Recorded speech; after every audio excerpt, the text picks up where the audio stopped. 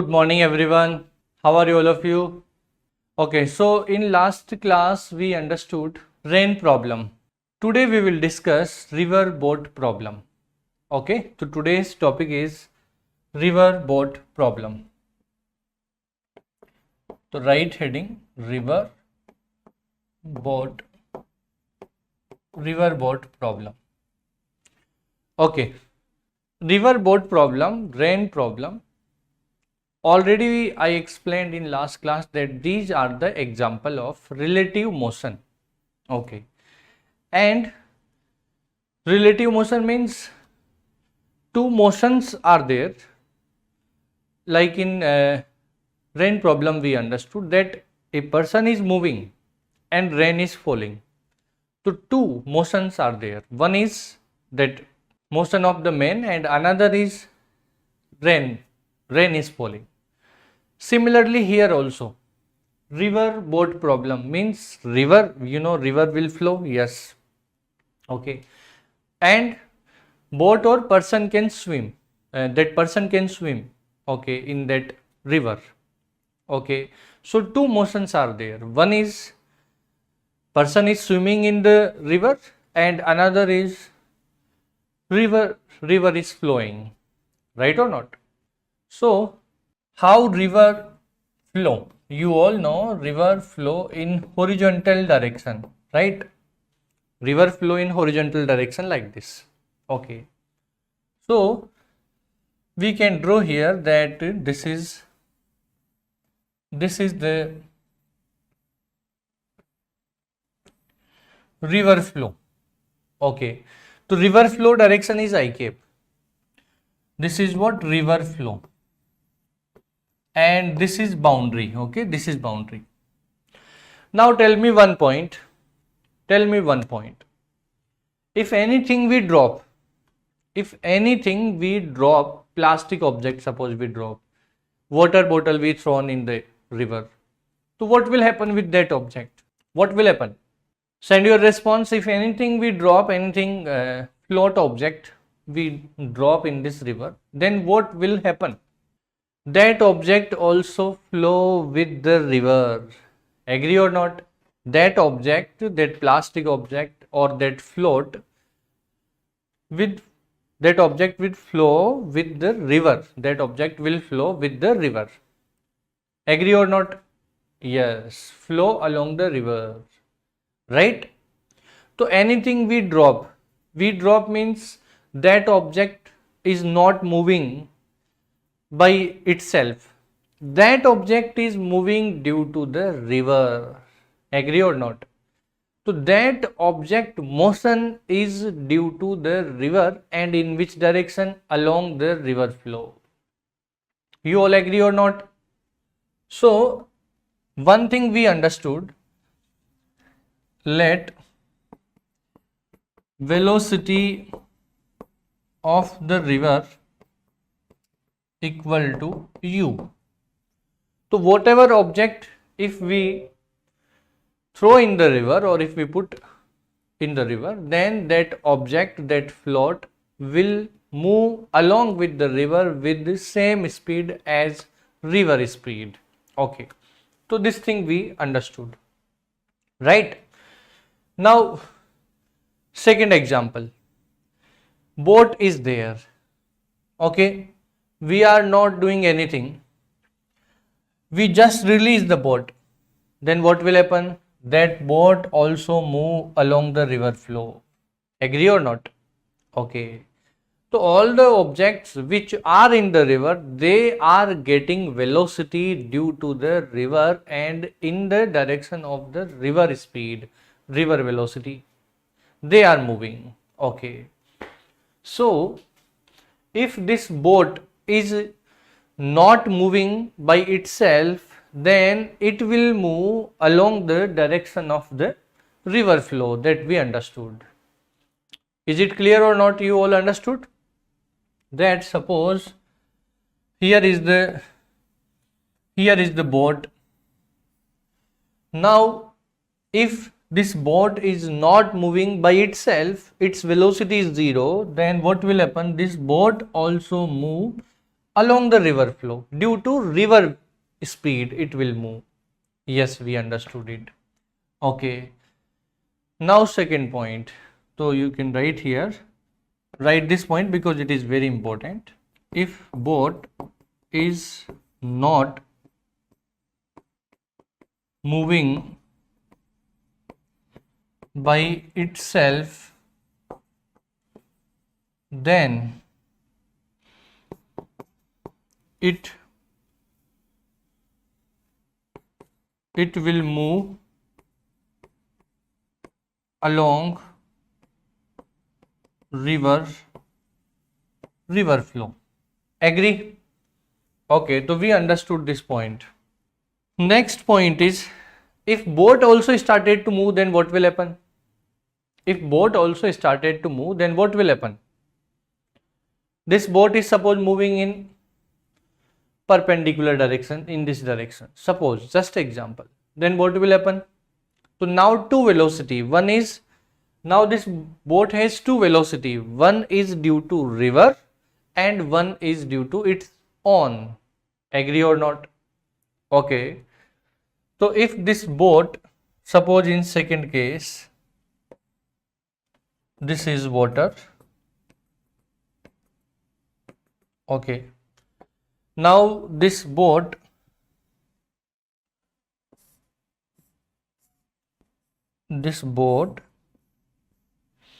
started to move in this direction. This is the direction of velocity of boat. So we know this boat already has velocity due to the river flow. Along the direction of river flow, it has velocity. Okay. By itself, if it started to move upward, then what will happen? It has now two velocity. One is along river flow, that is u. Okay. And one is due to itself. Now it will move finally along the resultant of both velocity. One velocity this side, one velocity this side. So finally it will move along the resultant of both velocity, and this is the resultant. Agree or not? So ultimately this boat will not reach where? At this point. Where it will reach? It will reach here. Is it clear to all of you? Very interesting point. Boat itself is moving in perpendicular direction, but where it is reaching? It is reaching here. Why? Because this boat, okay, due to its own velocity, it is moving up, but due to the river, it will move in along the river flow also. Yes. So due to these two velocity, ultimately it will move along this direction, and finally it will reach here. It will not reach here. Is it clear? So final point is this one. This is final point, right? And this is resultant velocity. This is what? Resultant velocity. We call it resultant velocity. Is it clear or not? This is the direction of velocity of boat. This is the direction of speed of the velocity of the river. Due to velocity of river, this boat also get this velocity. So finally it will reach here, not here. This is very interesting point. All of you understood or not? Okay, very good. Now we can understand it by this example also. Suppose a swimmer is there. Now this swimmer is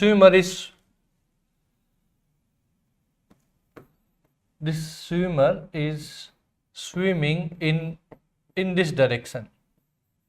Okay. So where this swimmer will reach? This swimmer will not reach here.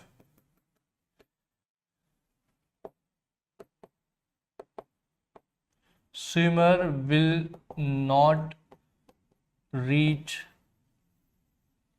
at opposite point.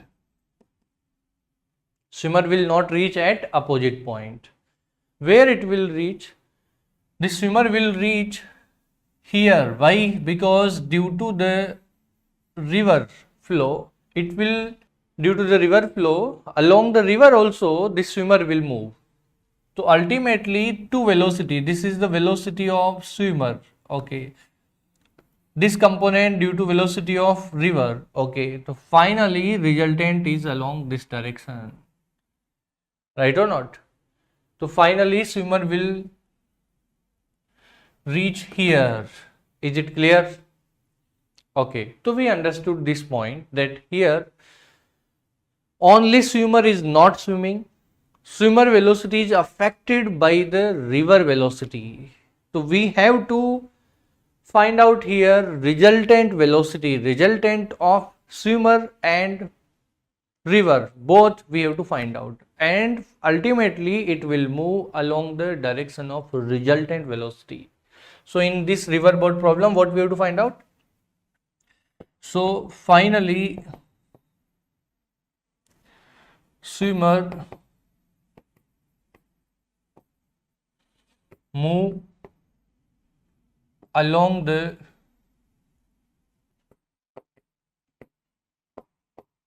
resultant velocity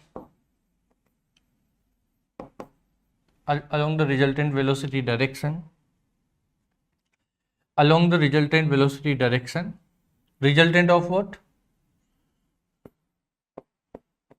This is the resultant of swimmer velocity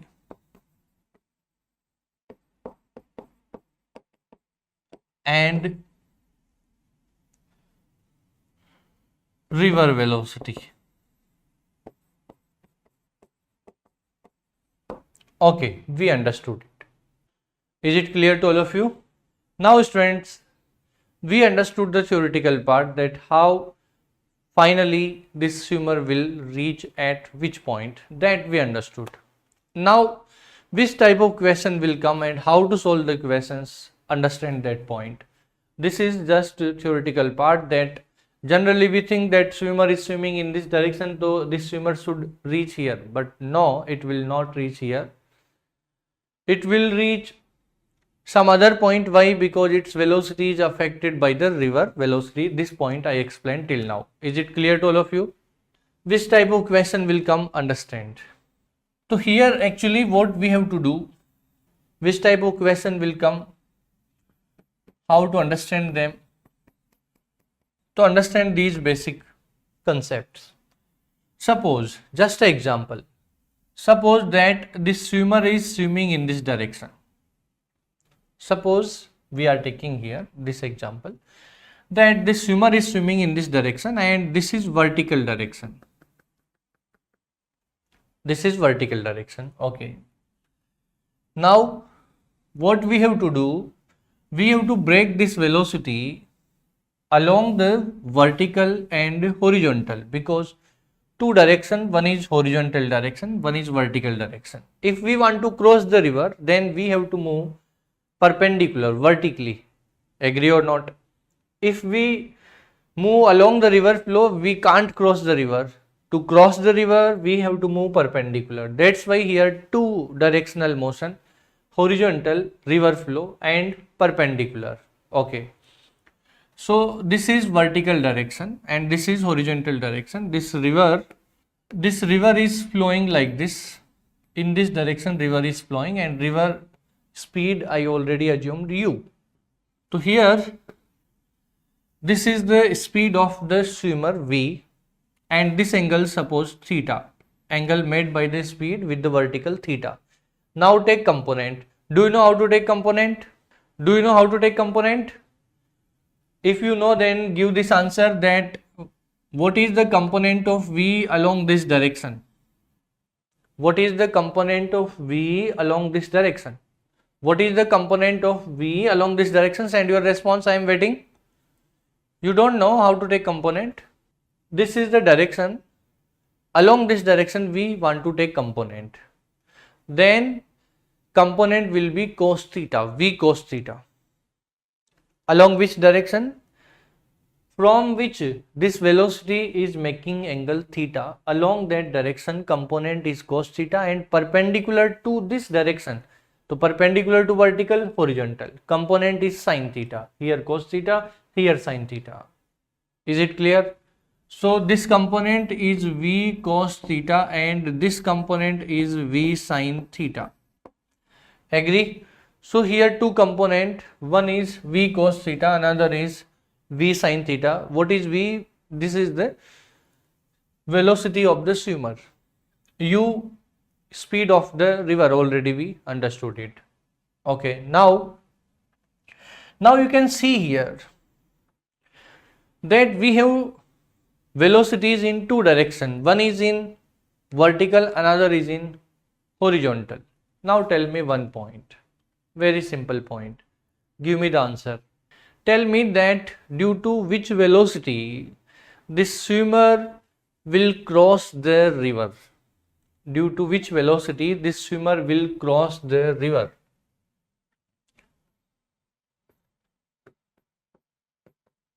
Due to which velocity this swimmer will cross the river. Send your answer.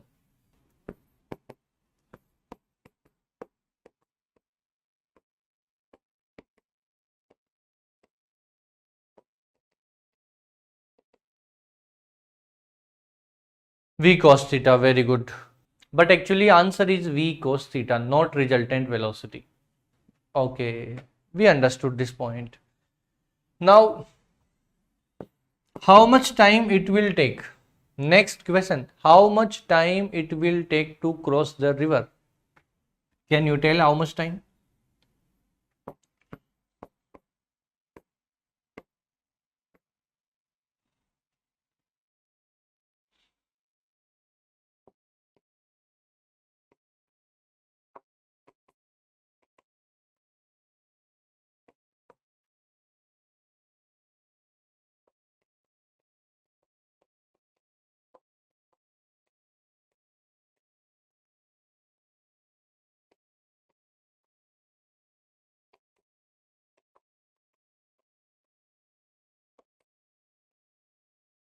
Array, time formula you don't know? Time formula is distance by speed. So how much time this swimmer will take to cross the river? So to cross the river means it will cross like this. Okay. Now if it will cross like this, so how much this swimmer should move to cross the river? From this point to this point, how much? W. So distance traveled by swimmer is W. Okay. And due to which velocity it is crossing the river? V cos theta. So time is distance by speed, distance W and speed is V cos theta. So W by V cos theta. Is it clear to all of you? So how much time it will take? W by V cos theta. Right? Okay. So here first question they ask, how much time swimmer will take to cross the river? So time taken to cross the river. This is first question, है ना? First question they ask time taken. So time taken is distance by speed. Distance is W, and which speed by which speed it will cross? V cos theta. Okay, we understood this point. Is it clear? Now actually here we are solving a general question. General question means if any question will come in exam, to what they will change? Only this theta. So this formula will work for all the question, because only what can change here? Theta. In some question they can give theta 30, 45, 60 like that. In some question they can give theta from this velocity of swimmer can be this side or this side. This is only the difference. If it is this side, then this horizontal component is opposite to river flow. If it is this side, then its velocity component, horizontal velocity component is along this direction. So it is along the river flow. These only are the possible questions. So this formula will work for all the question in case of time. Time formula is W by V cos theta. Okay. Now next Sometimes they ask horizontal displacement. Horizontal displacement means from here this swimmer started. Now where it will reach? The swimmer may reach here, here, right or not? So this point is just opposite point. Agree? This point is just opposite point. Except this point, if this swimmer reaches here, means it travel something in horizontal direction also. Suppose if swimmer reaches here, right? So from and initial position is here. So in horizontal direction, how much it traveled? So in vertical it traveled W, and in horizontal this much. Agree or not? Suppose swimmer reaches here. So in vertical it traveled W, then this much in horizontal. Agree or not? Okay. In which case this swimmer may reach here. In which case, if this V sin theta is greater than U, because due to U swimmer will move this side, due to V sin theta this side. So ultimately which side? Due to U swimmer will move this side, due to V sin theta this side. So ultimately in which direction it will move? It depends on their magnitude. If U is greater, then ultimately it will move along the river flow. If this V sin theta is greater, then ultimately it will move in this direction. And if both are equal, then both will cancel out. It will not move along horizontal direction. Very interesting point. If it will not move along horizontal direction, means where it will reach? It will reach here, because horizontal displacement is 0, because both velocity cancel out. If V sin theta, this case is very, very important. If V sin theta and U both are equal, then both will cancel out. Okay. If both will cancel out, to no horizontal velocity.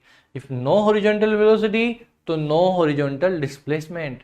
So ultimately this swimmer will reach here, and finally here this swimmer will stop, because no horizontal displacement. Is it clear?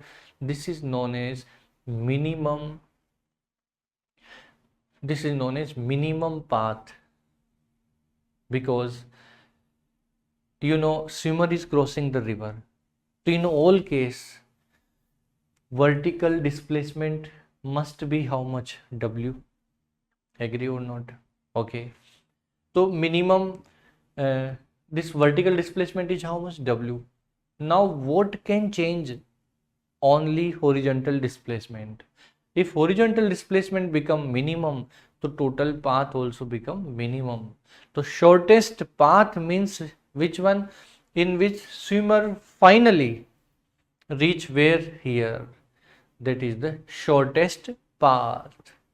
Right or not? So sometimes they ask in questions, what is the condition of shortest path? 1 point. Second point, shortest path is also can be asked in different way. What is that? What I said, from here it started, finally reaches here. So in this case, no horizontal displacement. So they can ask like this also, what is the condition of 0 horizontal displacement? Otherwise, like this straightforward words, that this swimmer reaches just opposite point. So this is just opposite point. So all three are same. Understood? Okay. So horizontal displacement is how much? Horizontal displacement formula is how much? It is horizontal velocity into time. Horizontal velocity multiplied by time. Now horizontal velocity is how much? Horizontal velocity is how much? So already I explained you that this swimmer velocity and this river velocity both are opposite. So if they are opposite, so how much it is? If v sin theta more, then v sin theta minus u. If u is more, then u minus v sin theta. If both are equal, then both will cancel out. But we will write only one, v sin theta minus u. Okay. Opposite to river flow. So horizontal displacement is how much? Horizontal displacement, we write it by x. This is horizontal velocity into time, and horizontal velocity v sin theta minus u multiplied by time taken to cross the river. Which time it is? This is time taken to cross the river. And already we calculated time taken to cross the river, how much? W by v cos theta. So these two questions can be asked. Both formula I explained. Now we will move on conditions. So first condition, minimum time condition. Minimum time condition. They ask question like this: when swimmer will take minimum time, in which direction swimmer should swim so that the swimmer should take minimum time. Okay, so how to find? Time formula is this one. Now understand, if time taken is minimum, if this time taken is minimum, so this must be higher, this must be less, and this must be higher, right or not? If this time is minimum, then this value must be very high. Cos theta must be very high, and you know cos theta maximum is 1, and cos theta is 1 when theta equal to 0. So theta must be 0, cos 0 1, that is maximum. If it is maximum, then time minimum.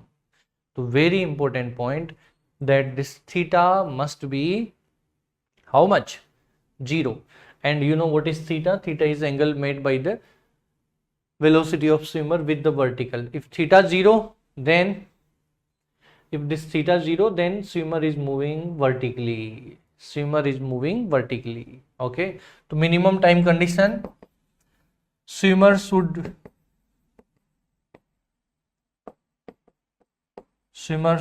swim in which direction? In vertical direction. Swimmer should swim in perpendicular to river flow. Perpendicular to river flow. Along perpendicular to river flow. Means this swimmer is swimming along this direction. This is velocity of swimmer. Completely v is along the vertical direction, so that by its complete velocity will contribute in crossing. Already I explained you this point, that here in this case, here I explained you this point, here only I explained that this v sin theta is not contributing in crossing, v cos theta only contributing in crossing. So if completely v is along the perpendicular direction, then this complete v will contribute in crossing. That's why if it will take less time. Okay, so this swimmer should swim along perpendicular to river flow. This v must be perpendicular to river flow, and you know this is the direction of river flow. So u is river speed, right or not? And this v is swimmer speed. Already here I wrote v is velocity of swimmer and u is the speed of river, right? So ultimately, don't think that swimmer is swimming in this direction, so swimmer will reach here. Already I explained here that this swimmer is not moving by only its own velocity. To velocity of river also impact it. Okay, so ultimately this swimmer will move along the resultant of both. So finally swimmer will reach here. Is it clear? So in this case time will be minimum, but path is not minimum. This is the path. So time is minimum, but path is not minimum. And in this case, finally it reaches here. So we can say that this is what? This is horizontal displacement. Horizontal displacement is x. So here x is horizontal displacement and this w is vertical displacement. So total displacement how much? X horizontal and w vertical. Is it clear? So this x value is how much? How to find x value? Easily we can calculate. X value is again horizontal velocity into time. Horizontal velocity is u only because v is completely perpendicular. Here theta value 0 na? Theta value 0 here. If theta value 0 then sine 0 0. So this horizontal velocity becomes 0. Okay. So this u is river speed. So here in this case this swimmer finally swim in this direction and in horizontal direction only one component, that is u. Okay, so this horizontal displacement is how much? Horizontal velocity into time. And time formula already we calculated, w by v cos theta. Theta is 0, cos 0 1, so w by v. So here time is minimum and minimum time formula is T minimum equal to w by v. This is minimum time formula. So horizontal displacement u into time, that is w by v. This is x. Is it clear? To both point you have to remember. Here x and time. Clear? Okay. So we understood both. Now last case, shortest path. Okay, and remember swimmer is swimming perpendicular to river flow, but finally swimmer will reach here. Now shortest path. This is last condition. Shortest path we can say, otherwise we can say horizontal displacement 0. Sometime horizontal displacement is also known as horizontal drift. This is 0. Or finally swimmer will reach just opposite bank. Swimmer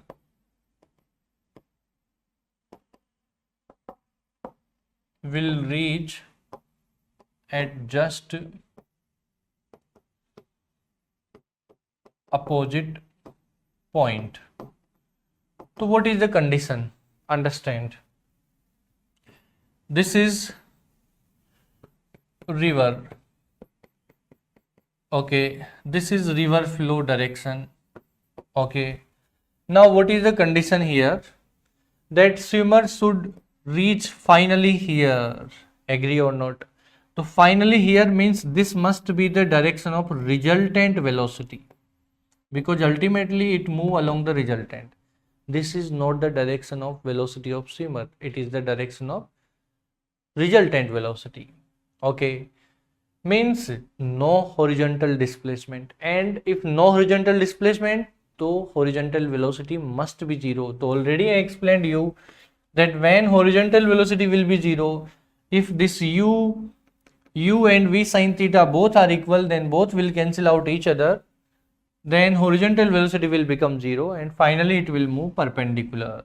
Okay, so very interesting that this swimmer should swim in this direction. This is velocity of swimmer and this angle we can calculate. This angle is theta, this component v cos theta and this component v sin theta.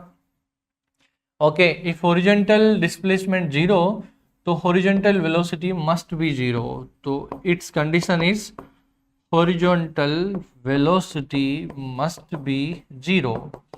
If it is 0, then u and v sin theta both will cancel out each other. So when they will cancel out, if they have same value, so put v sin theta equal to u. So here sin theta equal to u by v. This is our condition. So finally at which angle swimmer should swim? Sin theta equal to u by v. Then swimmer will reach here x value become 0. Is it clear? Theta we calculated, time you can easily calculate, time formula already we discussed, time formula is w by v cos theta, whatever theta you calculated there, put that theta, you can calculate time. So in this case, time value is w by v cos theta, and this theta you have to calculate from this relation and put here. So this river boat problem completed. You understood or not? Send your response. Great. Okay. Thank you. Hello, good morning students. So yesterday we have discussed about nomenclature of alcohols. Just we started nomenclature of carboxylic acid, but due to some problems class does not take place. So that's why I start again from carboxylic acid today. Okay. Do you remember all about nomenclature of alcohols we have discussed yesterday? So again now we'll start from nomenclature of carboxylic acid.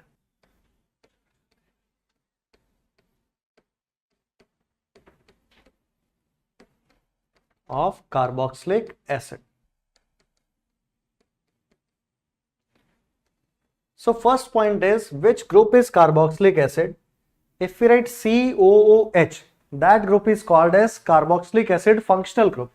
So it is C double bond O, OH.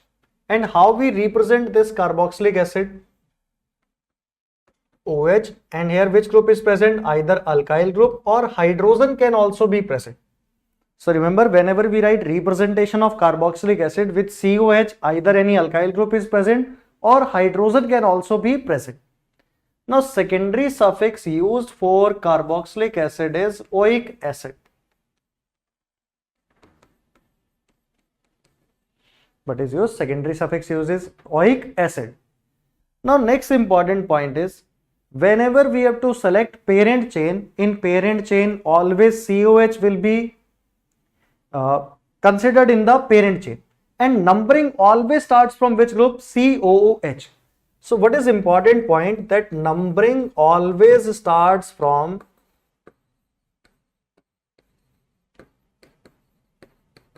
COOH. So this will always get number 1.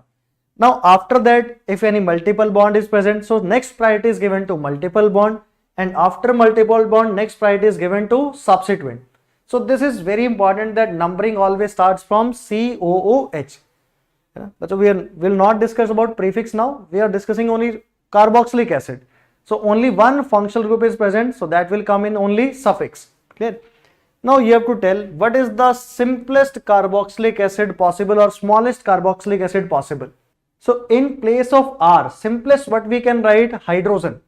So simplest possible is HC double bond OH. Clear? So this is the simplest carboxylic acid possible. Now how many carbon atoms are present here? Only one carbon atom. So for one carbon atom what we write? Methane, and secondary suffix is oic acid. So what is IUPAC name for HCOH? It is methanoic acid. Clear? And if you have to write common name, this common name we have to remember. For HCOH, what is common name? Formic acid. Common name for HCOH is formic acid. Now next example, if we take CH3 COOH. Now how many carbon atoms are present here? 2 carbon atom. Now for 2 carbon atom, tell what is word root for 2 carbon atom? Eth. And single bond between carbon and carbon, so ane ends with oic acid. So what is name of compound? Ethanoic acid. And what is common name for this compound? Common name for this compound is acetic acid. Here, what is common name? Acetic acid. Here, so these two are simple example. These two common names you have to also remember: formic acid and acetic acid. Now let us move to some other question where any substituent is present. Then we have to write name. So I am writing structure. You have to attempt this and tell answer for this. What is question?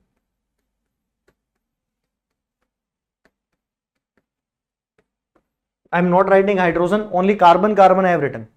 Now try to tell answer for this compound.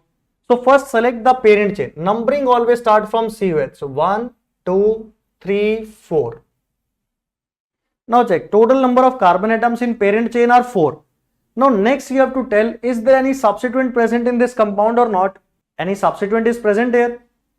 Yes. Which is substituent here? Methyl. At which position it is present? Third position. So if we write name for this compound at third position substituent methyl, so prefix we have written. Now secondary prefix is completed. Now next is for 4 carbon atom, what is word root? But. For single bond ane ends with oic acid. Whenever only one COH group is present, it is always present at first position. So no need to specify number of carboxylic acid. So directly name will be 3-methyl butaneoic acid. Any doubt in this? We can write easily. Okay. Now next is, if we take COH, in next question you have to tell how many carbon atoms will be present in the parent chain. Now if you write COH will get number 1, this will get number 2. Now after functional group, next priority is given to multiple bond. That multiple bond should also be included in the parent chain. So this will get number 3. Clear? So remember this. Now there are two possible cases, 1, 2, 3, 4. If we move to 1, 2, 3, 4, double bond is not included in the parent chain. And if we move 1, 2, 3, carboxylic acid, functional group is also present and double bond is also present in the parent chain. So this is correct. Now we have to write name. Now tell what is name of substituent present in this compound. So tell what is name of substituent here. This is substituent. For 2 carbon atom, what is substituent? Ethyl. Very good. At second position, what is present here? Ethyl. Now if we write name for this compound, at second position a substituent is present, ethyl. For 3 carbon atom, what is word root? Prop. At second position, what is present? Ene. And next is oic acid. And if we do not write this 2 also, then also it is correct. Because in 3 carbon atom, if first carbon is COH, then double bond can only possible between second carbon and third carbon. So if you only write this 2-ethyl,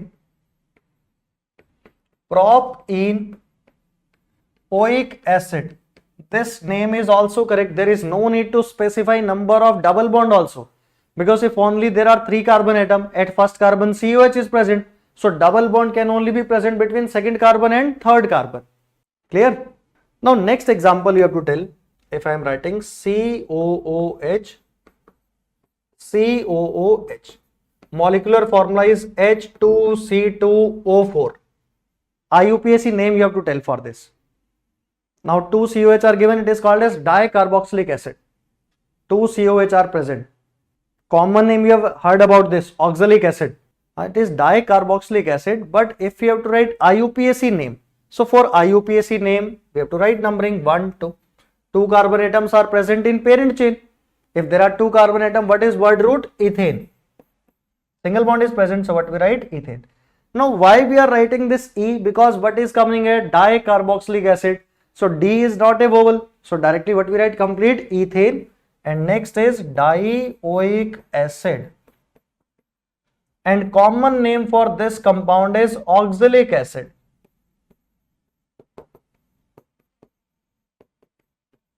What is common name for this compound? That is oxalic acid.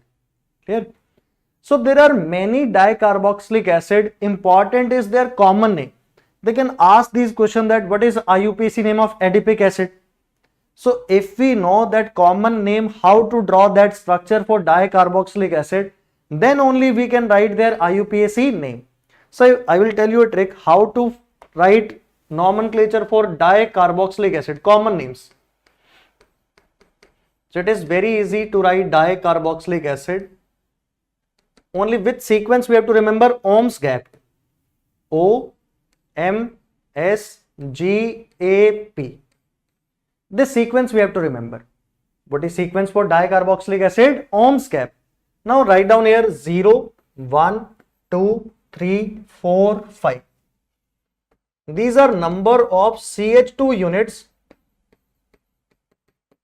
between 2 COH. Dicarboxylic acid means how many COH groups are present? 2. So between 2 COH, how many CH2 units are present in sequence? 0, 1, 2, 3, 4, 5. Now what is O? O stands for oxalic acid. O stands for which acid? Oxalic acid. M stands for malonic acid. S stands for succinic acid. G stands for glutaric acid. A stands for adipic acid. And P stands for pymalic acid. So this sequence we have to remember. What is sequence? Ohm's gap. Remember this. O stands for oxalic, M stands for malonic, S is succinic, G is glutaric, A is adipic acid and P is pymalic acid. Now how they will ask question from this? They will write that write IUPAC name of succinic acid. IUPAC name of which acid? Succinic acid, and let us write two questions, and adipic acid. Yeah. So first we have to draw structure for this succinic acid and adipic acid. Now let us check here solution I am writing here. So first in succinic acid, S stands for succinic. How many CH2 groups are present? 2. So first write down 2 CH2 groups. And how many COH groups are present? It is a dicarboxylic acid, 2 COH group. So it is easy to draw. Now can you tell IUPAC name of this compound? Tell IUPAC name for this compound. The structure which is given, succinic acid. If you write numbering, both COH will be considered in parent chain. So word root is 4 carbon atom. But here if you check COH are present at which position? First position and fourth position. So what is name for this compound? It is butane 1,4 dioic acid. So if they ask what is IUPAC name of succinic acid, so what is IUPAC name? Butane 1,4 dioic acid. Okay.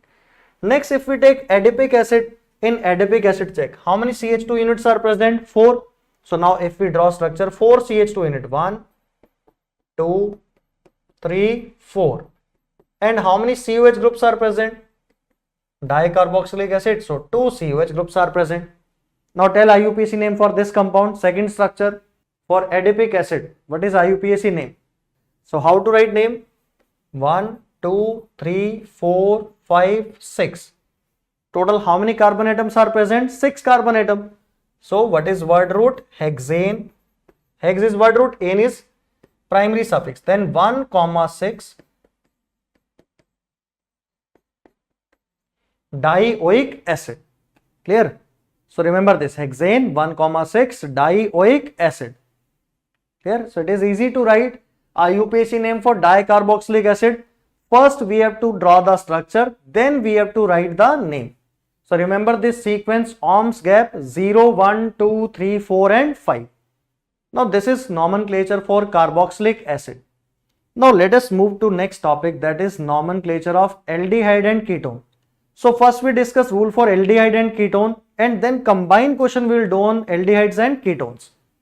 So next topic is nomenclature of aldehydes.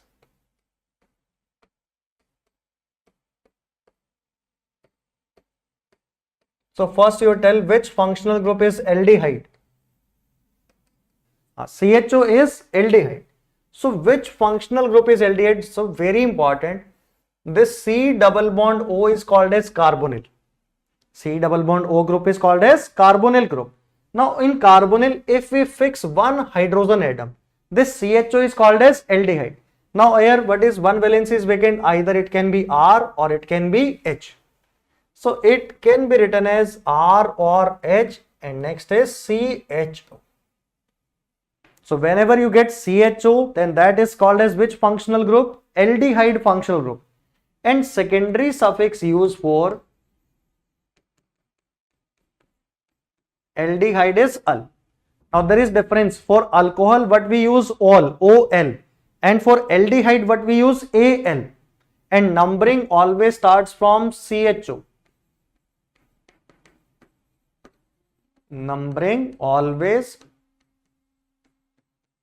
starts from CHO. Same like carboxylic acid. In carboxylic acid, numbering is started from COH, and here numbering will start from CHO. Clear? Now you have to tell which is the simplest aldehyde possible. So which is simplest aldehyde? HC double bond OH.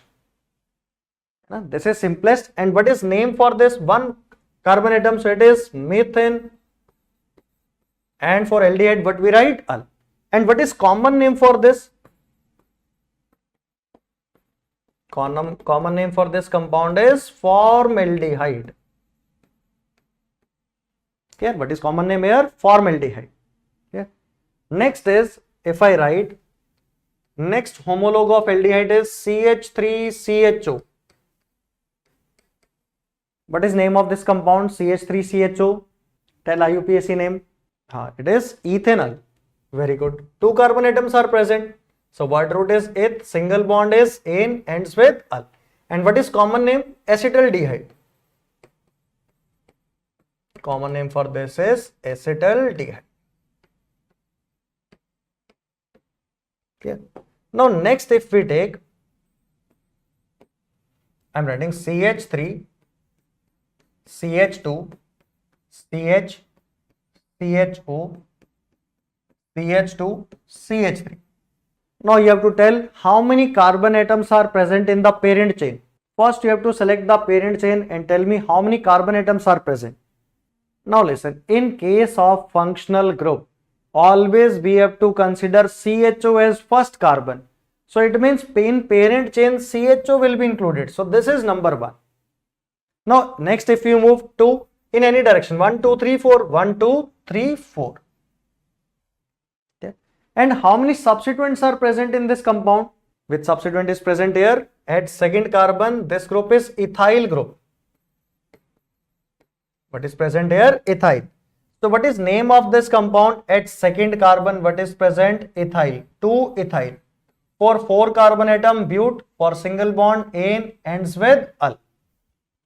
So what is name of this compound? 2 ethyl butane al.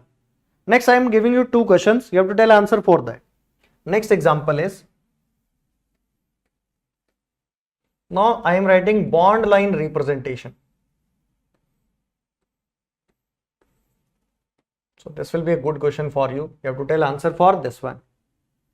And next I am writing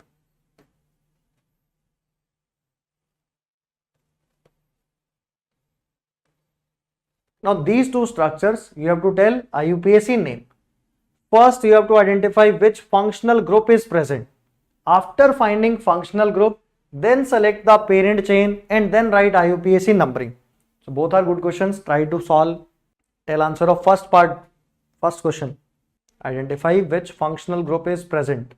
So here if you check C double bond O, so it means here hydrogen is present. Because carbon has 4 valency, double bond oxygen, 1 carbon, and then 1 will be hydrogen here. So this is aldehyde functional group. So for aldehyde, numbering start from CHO. This is 1, 2, 3, 4, 5 and 6.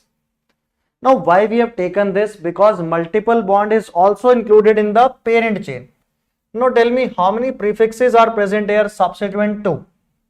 At 4th position, 1 carbon atom, what is name? Methyl. At second carbon atom, 2 carbon atoms are present as substituent. So what is name here? Ethyl. And one is given methyl and one is ethyl.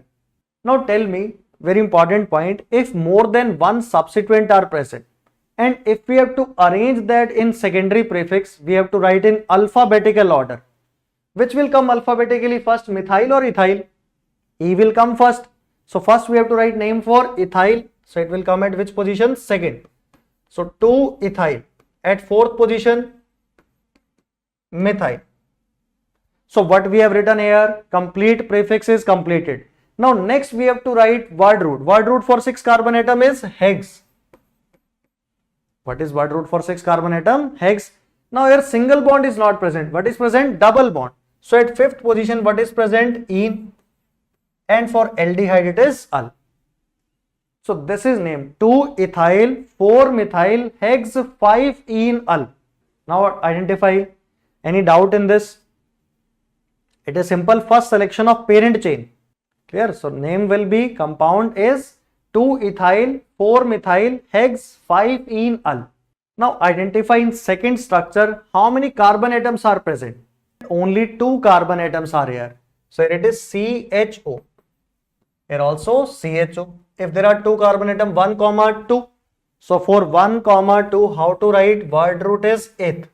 Now there is single bond. So ethane 1, 2. For 2 aldehyde group, what we have to write? Diol. All subject. Ethane 1, 2 diol. This is correct. Very good. So what is name of this compound? Ethane 1, 2 diol. Now important is common name.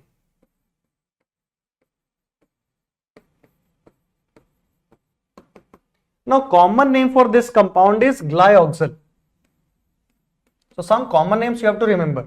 So for ethane 1, 2 diol, what is common name here? Glyoxal. So these are some examples for aldehyde. So easy example similar to carboxylic acid.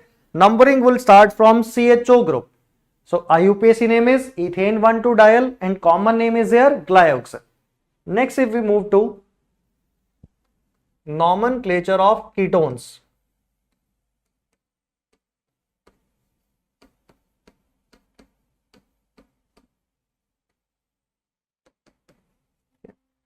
Some more example. I will take more example after combining both aldehyde and ketone, so that from structure you can identify which is aldehyde, which is ketone.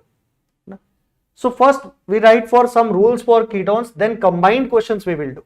Here. So first is ketone. Which functional group is ketone? C double bond O. On both sides, which group is present? Alkyl group. Now very important part, we cannot write hydrogen here. On both sides, what is present? Alkyl. Either same alkyl group can be present or different, R or R dash, or both are same, R or R. Now secondary suffix used for ketone is on. Secondary suffix used will be on. Now next point is, its nomenclature is similar to alcohol. First we have to select the parent chain and numbering is done from that end, so that C double bond O will get the least number. Now numbering does not start from C double bond O. Numbering will start from any end of the carbon chain, so that C double bond O will get the least number. So first we have to select the parent chain containing functional group. Parent chain containing functional group. So it means C double bond O carbon will be part of the parent chain. And second point is, numbering is done in such a way from any end, so that C double bond O will get the least number. Numbering is done in such a way so that C double bond O will get the least number.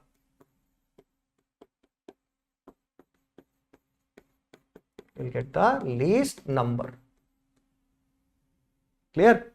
Now you have to tell that if we write ketone, simplest ketone formula, how many minimum carbon atoms are required to write simplest ketone? So minimum carbon atoms required for ketone is how many carbon atom? 3 for single bond. So which is simplest ketone? CH3, C double bond O, CH3. Tell me what is name for this compound? Common name is acetone. Very good. Now how many carbon atoms are present? 3. So for 3 carbon atom, propane, and secondary suffix is on. Now no need to mention number, because if there are 3 carbon atom, if it is ketone, then double bond oxygen will be present only at which position? Second position. So it is propane on. And what is common name? Common name for this compound is acetone. Here. Next, I am writing 2 or 3 examples. You have to tell IUPAC name for these compounds.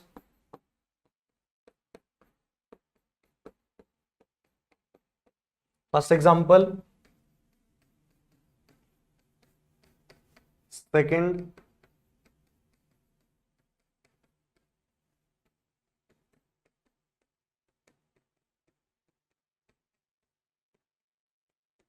Third example.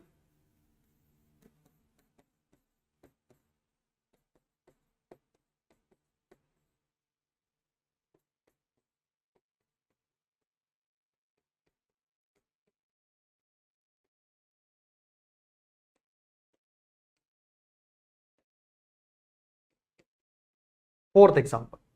So these 4 questions we have to attempt for ketone. So if you identify at every C double bond of what is present, carbon, carbon is present. So all are structures for ketone. So first give me answer for first example. This one CH3, C double bond O, CH2, CH3. Now if you write 4 carbon atom, double bond is only present at second position. If you shift this double bond, then numbering goes from this end. So here also no need to specify number. If you directly write 1, 2, 3, 4. So what is name here? Butane 2-one. Clear? So this is simple, butane 2-one. Now move to next part. What is name for next compound? Select the parent chain and do numbering from that end so that subsequent will get the least number. Correct answer, pentane 2-one. Very good. Now in this second example, we have to write numbering from that end so that double bond oxygen will get the least number. So 2, 3, 4 and 5. Now we have to specify the number for ketone because it can be present at second position or it can be present at third position. So what is name for this compound? Pentane. At second position what is present? On. Or it can be written as 2-pentane on.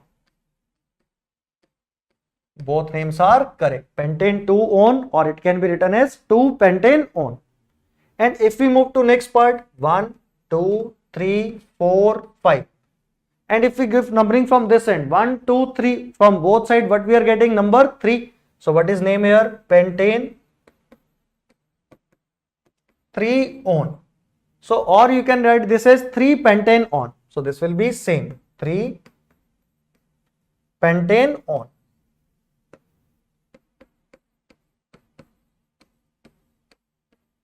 Clear? Now move to next last example. You have to tell, first tell me how many carbon atoms are present in parent chain. So first we have to select the parent chain. Now for parent chain, numbering start from this carbon. 1, this is double bond O. 2, it will get least number. Now this is 3, 4 and this is 5. If we move here 1, 2, 3, 4, 5 on both sides, how many carbon atoms we are getting? 5 carbon atom. Now at third position, which substituent is present here? Ethyl. So what is name for this compound? At third carbon, ethyl. For 5 carbon atom, pentane. And at second position, what is present? On. So what is name of this compound? 3-ethyl pentane 2-on. Check this. Any doubt in this last part? 3-ethyl pentane 2-on. Now here what is given? Simple expanded form is given. But if we write bond line representation, then how to solve? Now one last question I am giving from ketone. I will write bond line representation and you have to tell IUPAC name. Clear? Write down bond line representation. One example is this one.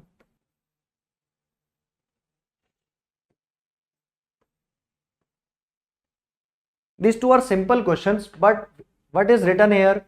Bond line representation is written. Try to write answer. We are not going into detail of nomenclature. It will take so much time. But if we remember these open chain compounds, then we start in class 11th when we start complete nomenclature. Then we discuss all these. This is bridge course, foundation type of course. So if we check, this is ketone. If you write numbering from here 1, 2, 3, 4, double bond oxygen will get number 2. But if you write from here 1, 2, 3, 4, so 3 is least or 2 is least? 2 will be least. So numbering start from here 1, 2, 3, 4. Now for 4 carbon atom, what is word root? But. At third position, what is present? In. And second position, what is present? On. But if you do not specify a number, then also this is correct. So it will be but, in, on. Now why this is correct? Easily we can draw structure from this name. Because if we write 4 carbon atom and on, so double bond oxygen will be present at second position. If at second position double bond oxygen is present, then multiple bond is only possible at which one? Third position and between fourth position. So if you write but 3 in 2 on, or if you directly write but in on, both options are correct. Here there is no need to specify the number. Now what about second one? So numbering will start from here 1, 2, 3 and 4. This is subsequent at third position. So what is present here at third position? Methyl. Next is butane. At second position, on. And if I directly write here methyl butane on, then it is also correct. Now why this is correct? Because if we have to draw structure from this methyl butane on, first what we take? Word root, 4 carbon atom. Now ketone is only present at which position? Second position. Now one methyl substituent. Now methyl substituent can only be present at which position? Third position.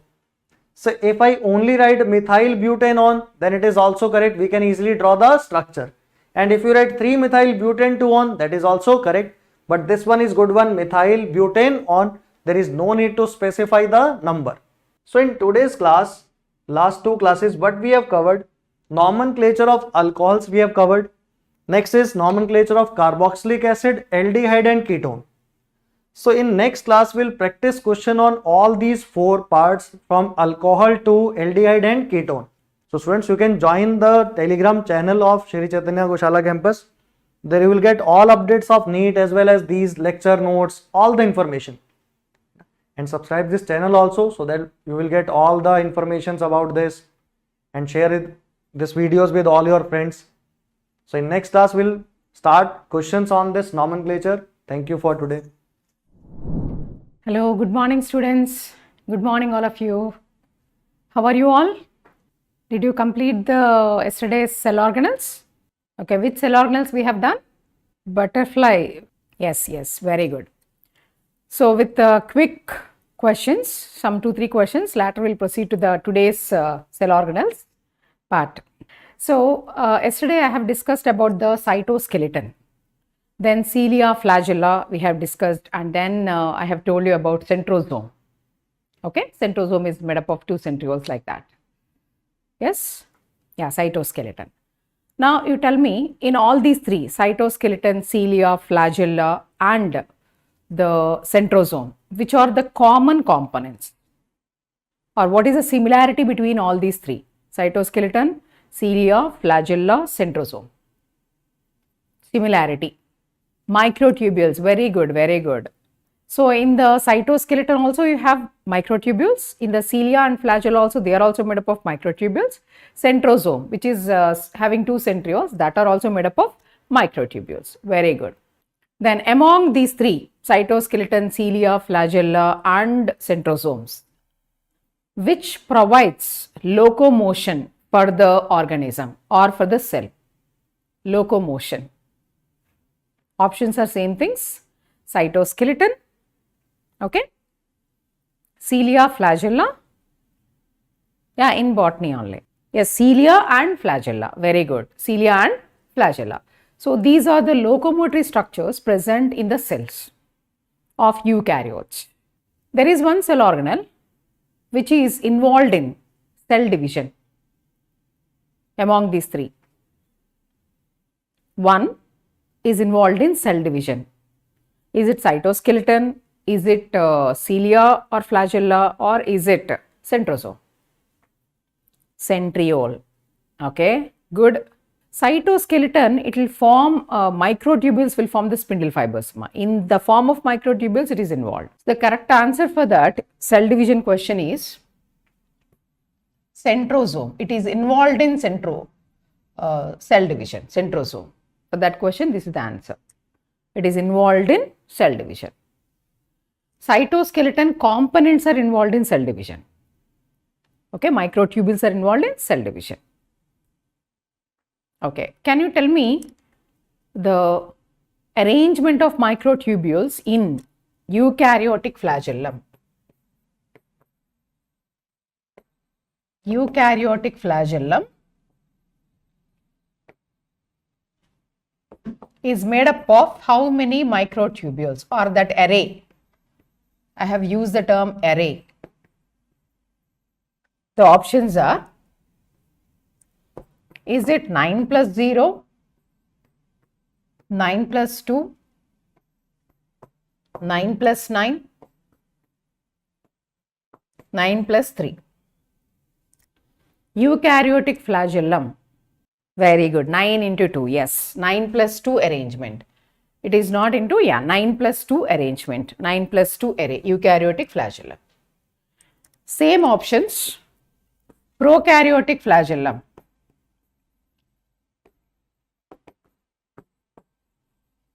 Is composed of which array? Same options. 1. Very good. 9 plus 0. This is for prokaryotes. This is for prokaryotes, and 9 plus 2 is for the eukaryotes.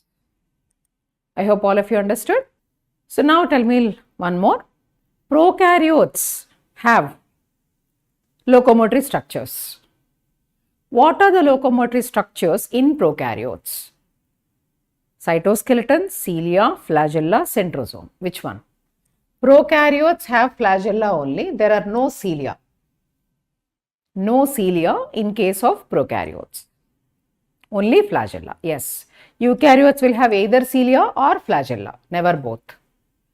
Yesterday I gave you examples for flagella containing organisms.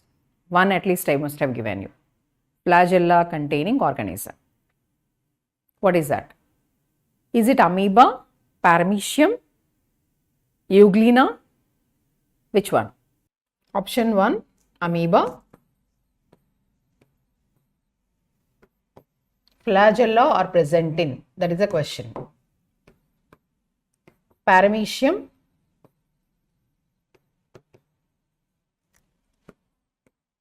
euglena, then fungi. Flagella containing organism is euglena. Very good, very good.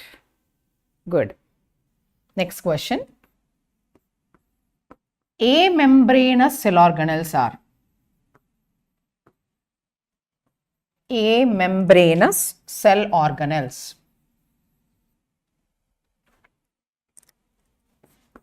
are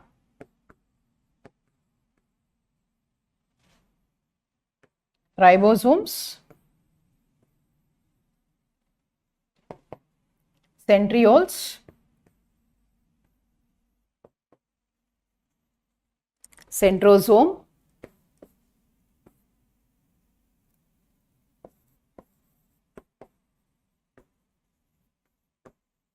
all the above. All the above is correct, because ribosomes, they don't have any membrane, centrioles also they don't have any membrane, and even centrosome is also not having any membrane. So all the above, they don't have any membrane. Okay. Same options. Next question. Amembranous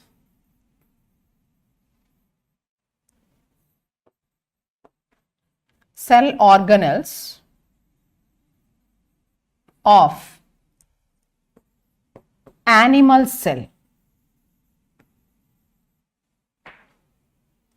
Amembranous cell organelles of animal cell. 1, 2, 3, 4. Which one? That means they are present only in the animal cells. Yes, very good. 2 and 3. The question is for only. Next question. Amembranous cell organelles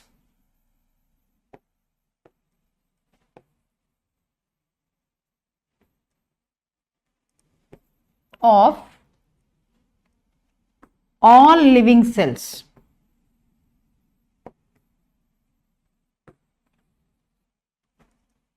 Are the same options. Same options. Amembranous cell organelles of all living cells are only ribosomes. They are present in all the cells, all living cells, whether it is a prokaryote or eukaryote, animal cell, plant cell. They are present in all living cells. What are the amembranous cell organelles present in all living cells? Ribosomes. Especially in animal cells means centrosomes.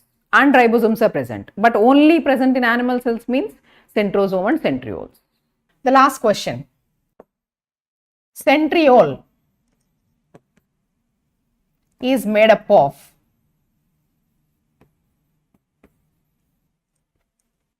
dash microtubules.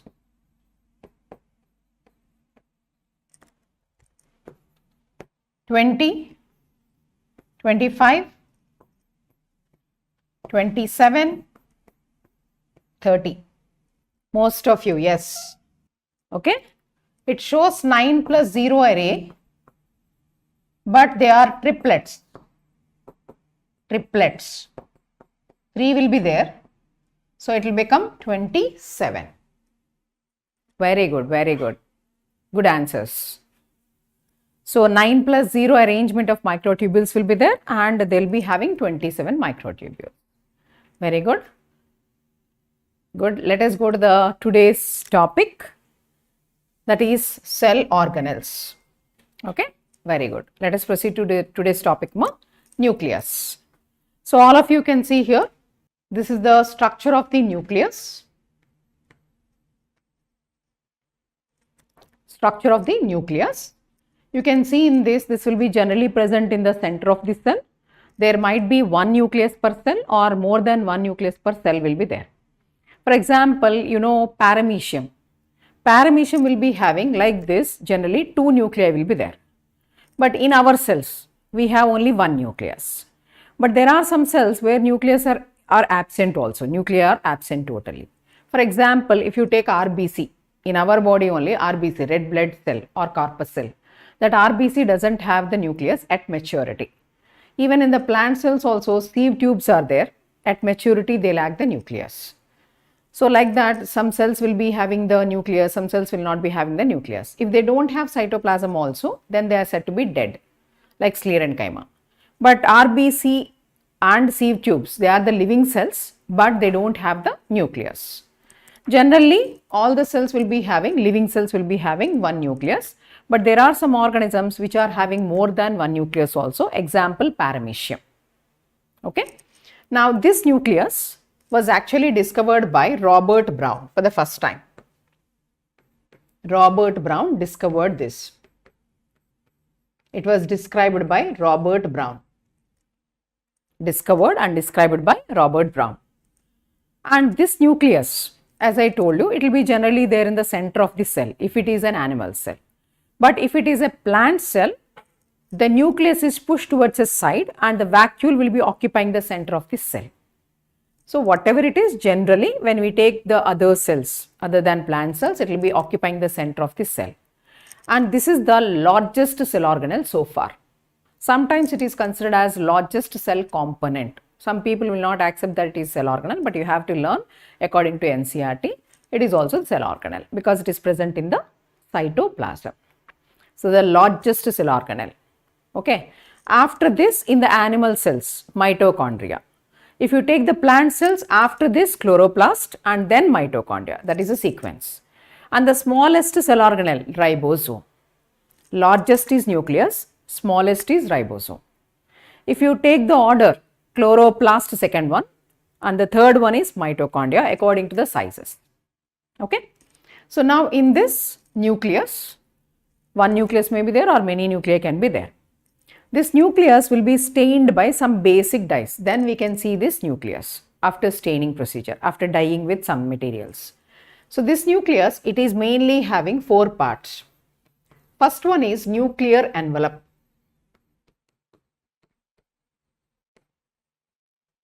Okay, this nuclear envelope, we will see the parts first, later we will proceed. Then nucleoplasm. Third one, chromatin. And the fourth one, nucleolus. What are the four parts of the nucleus? Four components of the nucleus are nuclear envelope, nucleoplasm, chromatin and nucleolus. Let us see that parts in detail. How many parts are there in the nucleus? Four parts. What are those four? Nuclear envelope, nucleoplasm, chromatin and nucleolus. First, nuclear envelope. All of you can see here. This is the nuclear envelope. Here they have written nuclear membrane, no? This is only nuclear envelope. You can see this one, outermost one, outer nuclear membrane. This is inner nuclear membrane. So each nuclear envelope, 4 correct. Each nuclear envelope, it is made up of two membranes like mitochondria and chloroplast. Outer nuclear membrane, inner nuclear membrane. And those two are having a gap in between. That gap is called as, this gap in between them, it is called as perinuclear space.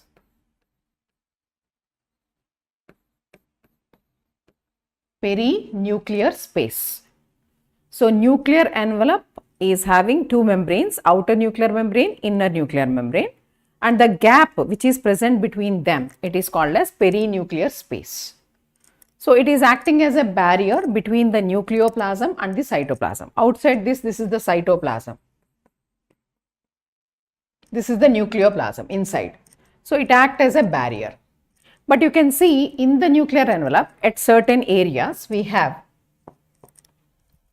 some openings are there like this. Okay, these openings are called as nuclear pores. So there are some gaps in the nuclear envelope. That gaps in the nuclear envelope are called as nuclear pores. Through that, exchange of materials can happen between the nucleoplasm and the cytoplasm. So many materials can enter into the nucleus, or so many materials can come out of the nucleus through that nuclear pores. So nuclear envelope is the outermost one, and it has two membranes, outer nuclear membrane, inner nuclear membrane. They are separated by a space called as perinuclear space, and it acts as a barrier. It will not allow any movement of the substances. But the nuclear envelope is having certain areas which are called as nuclear pores. They are meant for exchange of substances between the cytoplasm and the nucleus. So some materials will be entering and some materials will be exiting the nucleus. That is the function of the nuclear envelope. It acts as a barrier and it allows the substances to move into or out of the nucleus. That is the first part. Then second part is nucleoplasm. You can see here second part is nucleoplasm. This total thing, what is there inside? It is the nucleoplasm. All the substances which are present inside that nuclear envelope, it forms the nucleoplasm.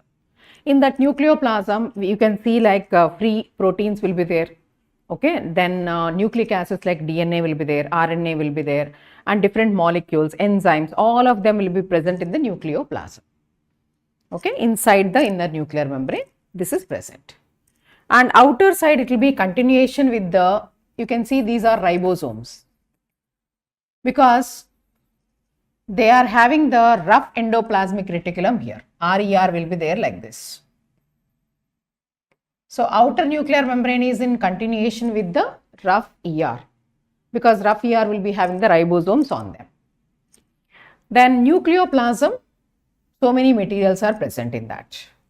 In that nucleoplasm only, the third component, chromatin, is present. All of you can see this. The lines are there. Can you all see the lines? Black color lines are there. These black color lines are chromatin network. So they are the just black color threads and they are arranged in the form of a network. So it is called as chromatin network or chromatin reticulum. You can call it as reticulum also.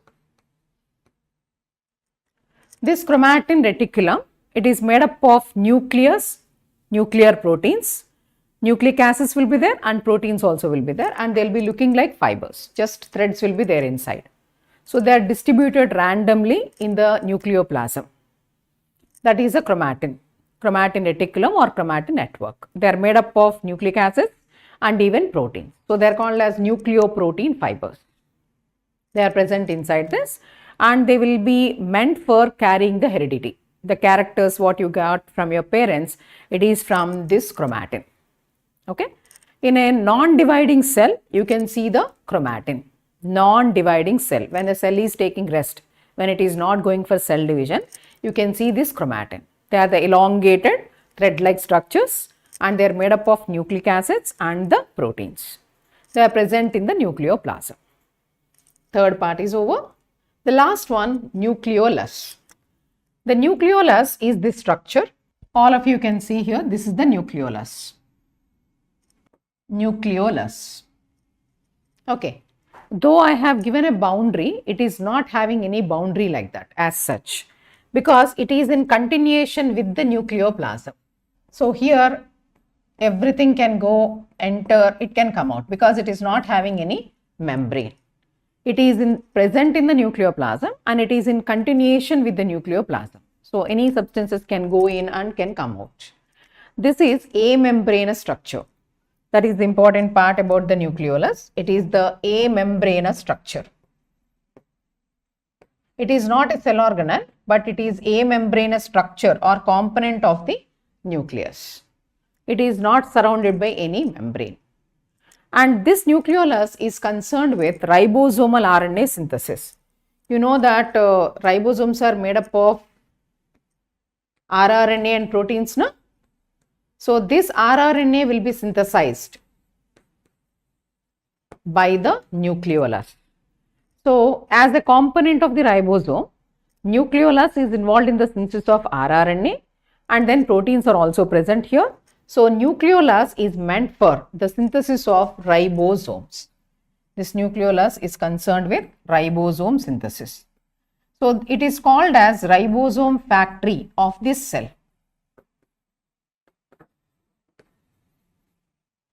As it is involved in the rRNA synthesis, ribosomal RNA synthesis, it synthesizes ribosomal subunits, that 50 years, 30 years you have learnt, no? Then 60 years and 40 years.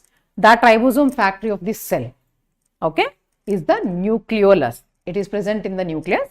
It can be one or more than one can be there, but it is not surrounded by any membrane. It is concerned with the synthesis of rRNA, and in that way it is synthesizing the ribosome. So it is called as ribosome factory of the cell. All the ribosomes 70 years and 80 years, they will be generally synthesized here and they will be coming through the nuclear pores into the cytoplasm. And there they will be synthesizing the proteins, ribosomes. So this is about the nucleus, which is called as, it controls all the activities, hereditary activities, it controls all the cell organelles which are present in a cell. So it is called as brain of the cell. Brain of this cell or master of this cell. Brain or master. Nucleus is called as brain of the cell or master of the cell because it controls all the cell organelles which are present in that cell. So as it is controlling all the cell organelles, it is called brain and master of this cell. And it has chromatin which is controlling the heredity also. So hereditary structure in the cell organelle is nucleus. Okay, I hope all of you understood. Nucleus is made up of 4 parts. The 4 parts are, first thing, nuclear envelope, then second thing, nucleoplasm, third one is chromatin, fourth one is nucleolus. Okay, yeah, do you have any questions? Then I'll ask questions in this, 2 questions. Okay, so in the nucleus, among the 4 components, which is amembranous? Is it nuclear envelope, chromatin, nucleoplasm, nucleolus? Nucleolus. Very good, all of you. Very good. Now, next question. Which is, among these 4, which is meant for transport of substances or exchange of substances? Is it nuclear envelope, nucleoplasm, chromatin and nucleolus? Exchange of materials. It is nuclear envelope. Very good, very good. The answer for that, exchange of materials, occurs through nuclear envelope, in that particularly through the nuclear pores. Nuclear pores. They are concerned with the transport of substances between the nucleus and the cytoplasm, exchange of substances. Last question. Which is the ribosome factory of the nucleus of the cell? Nucleolus. Very good, very good. Let us go to the next one. After finishing again, I'll ask the questions, okay? Next one, chromosome.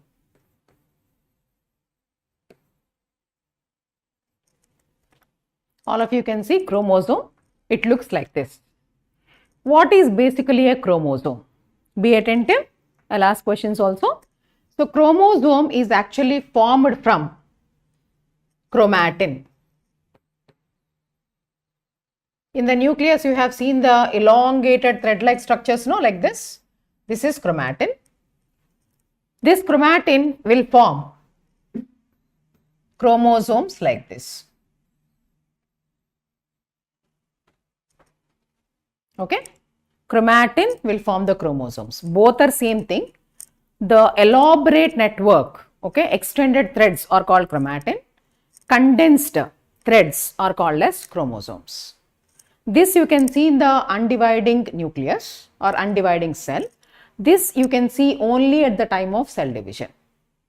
Both are same, but this is the extended part of the hereditary material.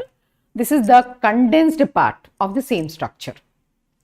This you can see when a cell is dividing. When a cell is dividing. This you can see in a normal cell, non-dividing cell.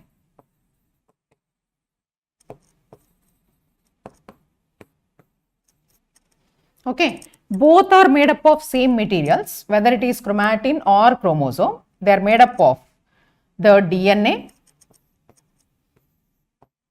RNA, histone proteins,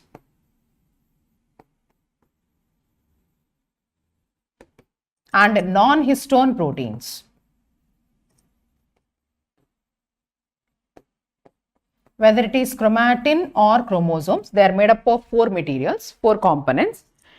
First component is DNA, second component is RNA, third component histone proteins. These are some basic proteins, basic in nature, not acidic in nature. They are the basic proteins and non-histone proteins. All these four will form the chromatin if it is extended form. If it is a dividing cell, they will be condensed and it will form the chromosome. So, both are made up of these four. Elaborate network is chromatin, chromatin reticulum. Condensed form of chromatin is called chromosome. This you can see in the dividing cell.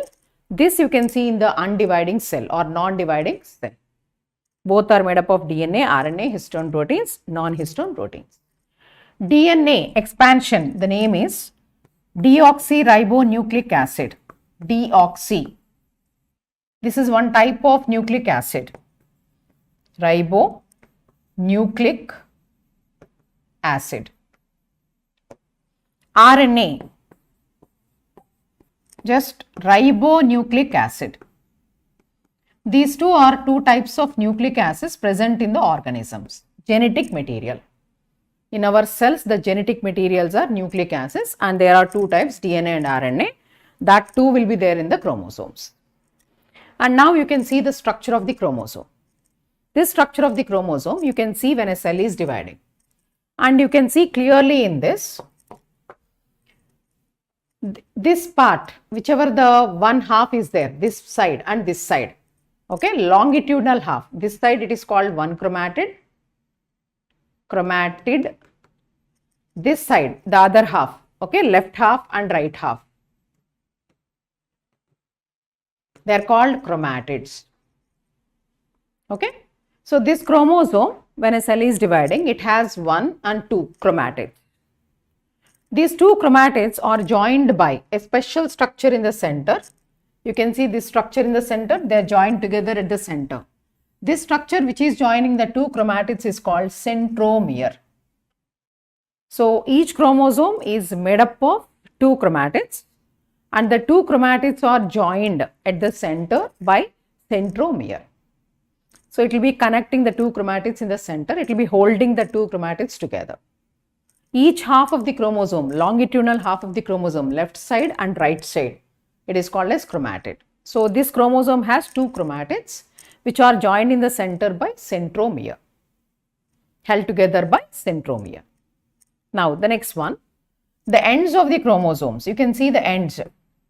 This is the end part of the chromosome. These ends of the chromosomes are called telomeres.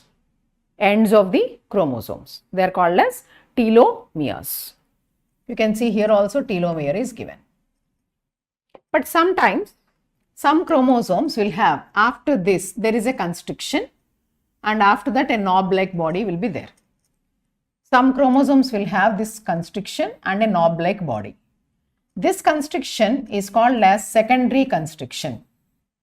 Secondary constriction. And this part, a knob-like body which is present, is called satellite.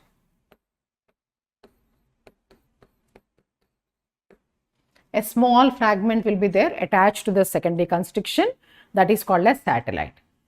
These are not present in all the chromosomes. Few chromosomes will be having this. Few chromosomes only will have the secondary constriction and the satellite. So you have the chromosome with parts like chromatids, centromere, telomeres, secondary constriction and satellite. As they contain DNA and RNA, these chromosomes are called as hereditary materials. They are concerned with hereditary. That means they will be carrying the characters from parents to offsprings. So this function, chromosome functions,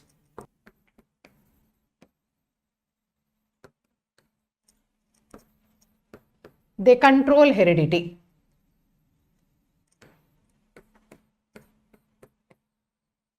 They are responsible for heredity. So they will be controlling certain characters from the parents to offsprings, what we are getting, everything will be controlled by this chromosomes. So here, this is the main function, hereditary structures which are present inside the nucleus. Okay, darkly stained portions, they will have the stain. If you stain the nucleus, they will be appearing like darkly stained ones inside the nucleus. So that chromosomes will be made up of the DNA, RNA, histone proteins, non-histone proteins. DNA, RNA, they will be controlling the hereditary characters. They are the nucleic acids. Each chromosome, it is having the parts like two chromatids are there, okay, which are joined at the centromere. The ends of the chromosomes are called telomeres. In certain chromosomes, after telomere, we have a narrow constriction. It is a non-stainable part. It will not take the stain generally, non-stainable part. That is called secondary constriction. And after that, a knob-like structure is present, which is called satellite. The secondary constriction and satellite are not present in all the chromosomes. They are present in only some chromosomes. And we have, humans, we have in every cell, okay, 46 chromosomes. We have number of chromosomes, 46 chromosomes we have. Humans, human cell. Or you can call it as 23 pairs of chromosomes, 23 pairs. 23 pairs of chromosomes we have, which is equal to 46 chromosomes. Okay. And these chromosomes will be controlling different characters like autosomes and allosomes are there. Autosomes means they control the body characters. Allosomes means they will control the sex of the person, whether male or female. So that chromosomes will be there, and this chromosome number is specific for each organism. It is specific for each organism, each and every organism. That means human beings, all of us, we have the 46 chromosomes generally, unless and until the persons are having any syndromes. So general number of humans, okay, 46 chromosomes or 23 pairs of chromosomes. And this number will vary from one type of species to another type of species. That's it about the chromosomes. I hope all of you understood. For example, okay, secondary constriction. Okay, it is concerned with nucleolus synthesis. It is called nucleolar organizer.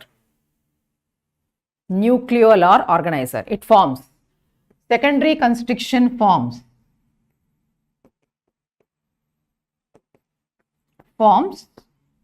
nucleolus. So secondary constriction is called as nucleolar organizing regions, NOR. Nucleolar organizing regions. Understood everything? Shall I ask questions? What are the longitudinal halves of the chromosome called as? Longitudinal or longitudinal halves of the chromosome? The options are these.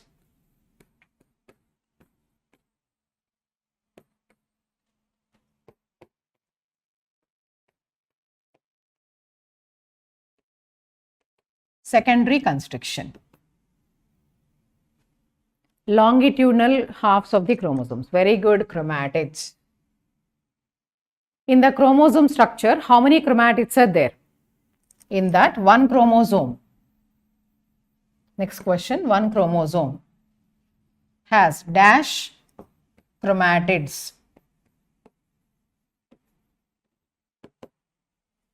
Options are 1, 2, 3, 4. 2 chromatids. Very good, 2. One chromosome has 2 chromatids, left and right half. Very good.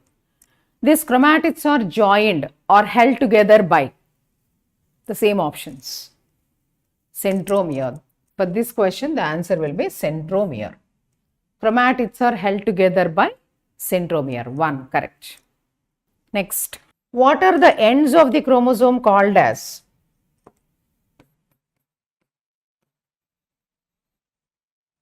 Options are same 4. Telomere, very good. The answer is this one. Ends of the chromosomes. Okay. Each chromosome is looking like this with one chromatid and second chromatid. Okay. This is first telomere, second telomere, third telomere, fourth telomere. So, 4 telomeres are there. Yes. Ends of the chromosomes are telomeres, and this chromosome is having 2 chromatids. 1, 2 chromatids and 4 telomeres are there. And this is called as arm. 4 arms. Number of arms and telomeres are equal. Okay. Arms. This is also arm. So, first arm, second arm, third arm, fourth arm. So, one chromosome will be having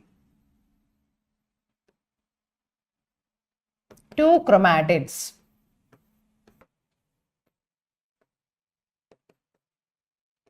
With 4 arms and 4 telomeres.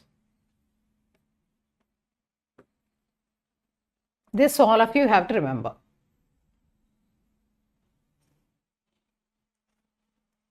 One chromosome will be having 2 chromatids with 4 arms. Each chromatid is having 2 arms. So, 4 arms and 4 telomeres. Okay, have all understood? Thank you. Bye-bye. See you in the next class. Thank you. Okay, very good morning students. Stars, how are you? I remember asking you 2 questions yesterday. You remember?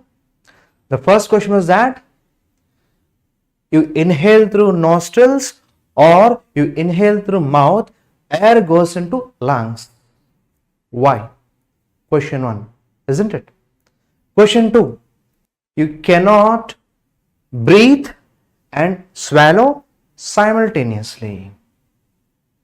I hope you tried it and failed it, isn't it? That is impossible.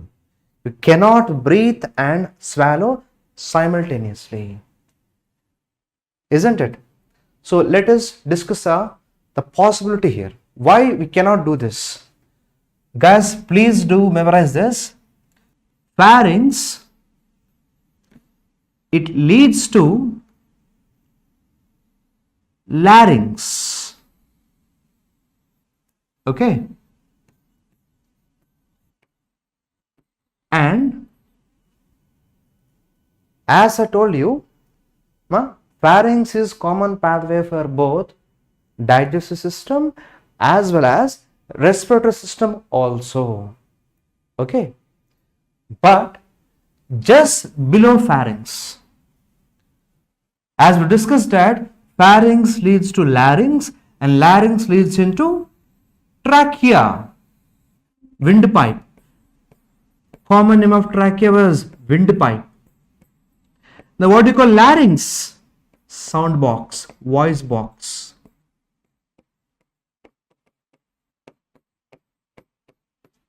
This is a simple path of respiration, but larynx, it opens into trachea. However, at this junction, just below pharynx, above larynx, almost there, there is a bypass tube. One more tube passing adjacent to trachea. This adjacent tube, it belongs to digestive system. This was actually called as food pipe. Guys, tell me scientific name of food pipe. Try this. Ishant, very good. Esophagus. There is an ambiguity here. Let me tell you, if you are following a British author's textbook, spelling of esophagus will start with E. O.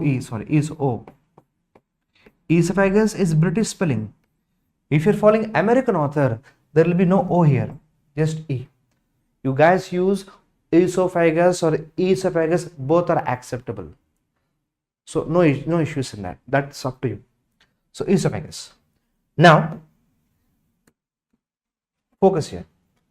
This opening of larynx into trachea, this opening was actually called as, what do you call this opening? Glottis. A thin opening from larynx which leads to trachea was called as glottis. And glottis was actually covered by a thin flap of cartilaginous tissue known as epiglottis, like this.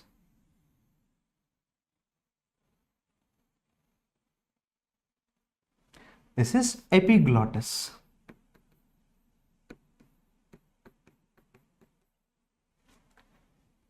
So 24/7, all the time, this glottis is open. Epiglottis has no work to do because you are inhaling 24/7. Isn't it? 24/7, 365 days, all the time in your life. Glottis is always open because epiglottis sits standing there. It does nothing like this. But when you swallow food, we call that deglutition. When you swallow food, because of muscular movement here, epiglottis will now close. Epiglottis will close glottis so that food enters into esophagus, it doesn't go into trachea. Isn't it? I'm telling you that larynx opens into trachea through glottis, and glottis is guarded by epiglottis. All the time glottis was open, epiglottis has no work to do. But only when you swallow, this glottis will be covered by epiglottis so that food doesn't enter trachea, windpipe. It goes only into food pipe, that is esophagus. That is why you can inhale or swallow once at a time. You cannot do both simultaneously. Isn't it? Because of epiglottis. And I also asked you whether you inhale with nostrils or mouth. Air goes into lungs only because this glottis was always open. Therefore, air goes into lungs only, despite any source it may come from. It might be coming through nostrils or mouth buccal cavity. It goes into lungs through trachea. That was your answer. What about choking? Choking means there are two meanings for it. Something gets stopped here, obstruction to your throat. And choking may also define like vomiting sensation. Both are possible, depending upon scenarios. So to make it more simple, vomiting. Vomiting is a thing related to your digestive system. And choking was that when all of a sudden, if this junction gets blocked, you cannot inhale or swallow. Okay, then you feel like dying. That sensation of no inhalation, no swallowing is referred as choking.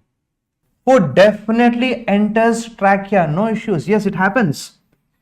It happens very often in babies because babies don't have proper epiglottis. That's very common. Still, body has got a solution for it. Entire tract was lined by cilia, isn't it? It was lined by ciliary epithelium. Even if a small rice grain gets in touch with the cilia and trachea, that will definitely be rejected back to your throat region. If something, a solid particle, liquid particles get into trachea, they will be refluxed into your mouth again. You might have seen this. Sometimes you eat food, drink water. That food and water was supposed to go into food pipe, but mistakenly it went into windpipe. See the scenario, you know this. You ate through mouth, but that came through nose. Happened to you? Hurriedly you may drink water after coming to home, after having a good game.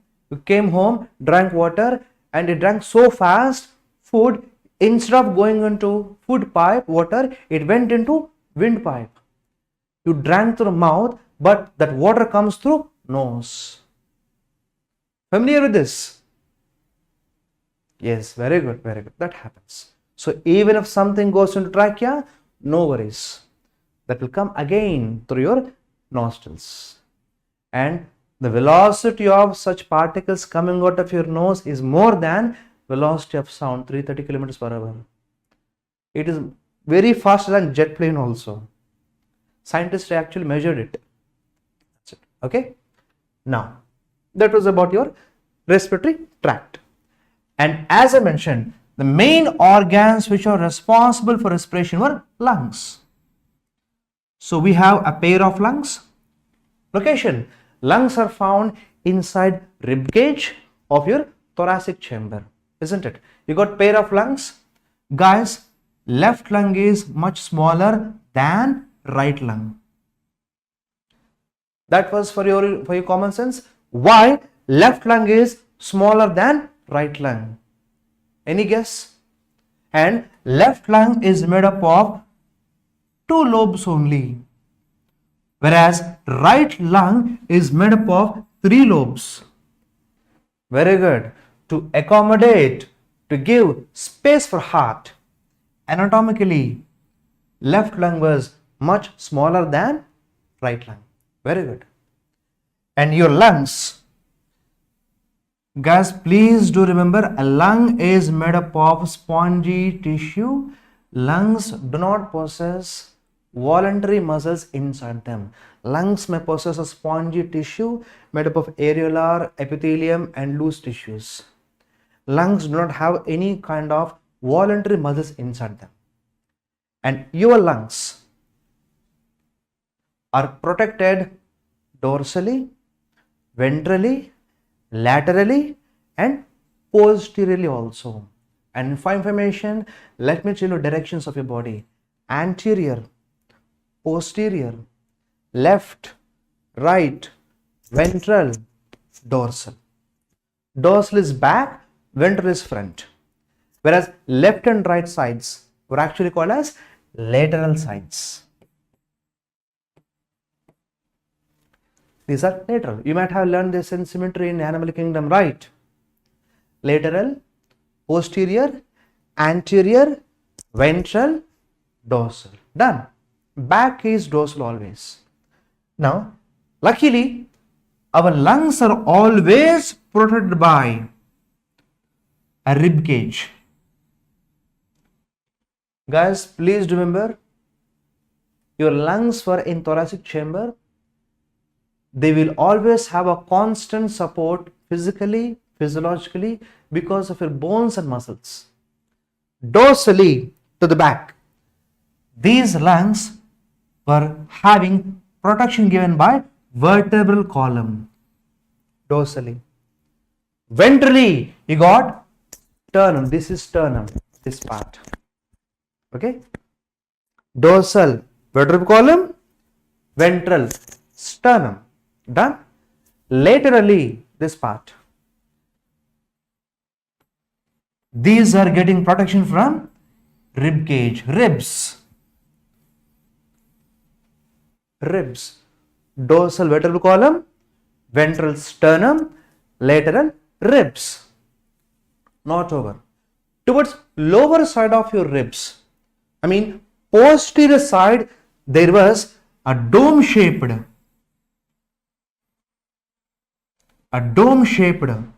organ made up of smooth muscle. This dome-shaped organ, which is composed of smooth or visceral muscle, was referred as diaphragm. Okay. I told you 4 components: dorsal, vertebral column, ventral, sternum, lateral, ribs, and lower side or posterior side, you can see diaphragm. Okay. All these structures, dorsal, ventral, lateral, posterior, they comprise your rib cage. Okay, na? Rib cage, rib chamber or rib cage. Now the interesting thing was, we knew about physical aspects of respiratory system, from external nostrils till terminal bronchioles. As I mentioned yesterday also, this is the pathway of respiration. We call it as respiratory tract. Below terminal bronchi, you can see a balloon-like chamber known as alveoli, where you can expect diffusion, that is exchange chamber, exchange location. Lungs consist of bronchi, primary bronchi, secondary bronchi, tertiary bronchi.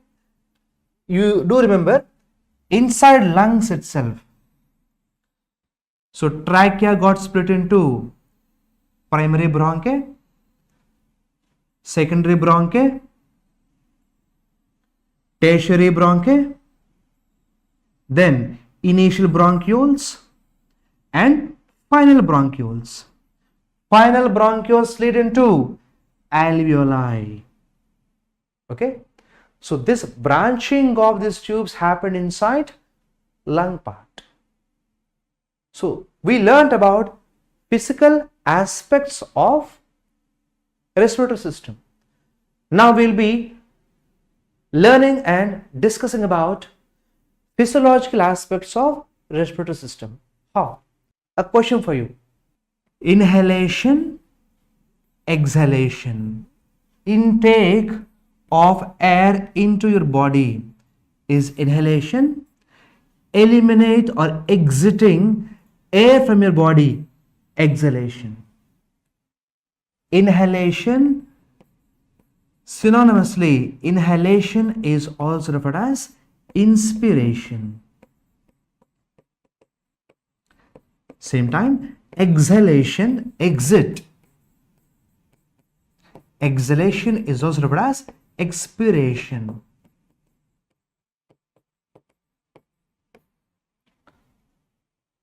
So we will be discussing now physiology of respiration. See this carefully, guys. It's a very easy concept, and practically you can learn at your home. Practically you can check yourself also what is happening with your body. You can do this. Just follow my instructions. You will understand it very clearly. Okay, done. Am I clear to this point? Okay. So how many of you remember Boyle's law? Pressure is inversely proportional to volume. Know this. PV is equal to constant. Remember this. Yeah. respiration happens in accordance with Boyle's law. In Boyle's law, we say that if you give low volume, if volume decreases in a container, pressure increases. If volume increases, automatically pressure will decrease. Same rule is applicable to lungs also. But here we are not speaking about any container as such. We are speaking about thoracic chamber or pulmonary chamber. So our topic of discussion is about changes happening to thorax, changes happening to your chest cavity, changes happening to your rib cage. As I mentioned you, lungs do not possess voluntary muscles inside them. You cannot control lungs. Remember this, guys. Lung will not have any voluntary muscle attached to it. Therefore, you cannot control lungs by your own will. However, rib cage, your ribs, they were attached to voluntary muscles, which means you cannot manipulate lungs, but you can manipulate rib cage.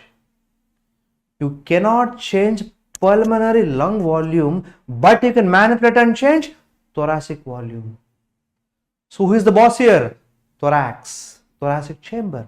So any changes happening to your thoracic chamber will be clearly implied to lung also. Isn't it? Guys, I'm telling you again, lungs cannot be manipulated by you directly. You have to manipulate thoracic chamber. Therefore, if you play with thoracic chamber, that thoracic chamber will play with lungs.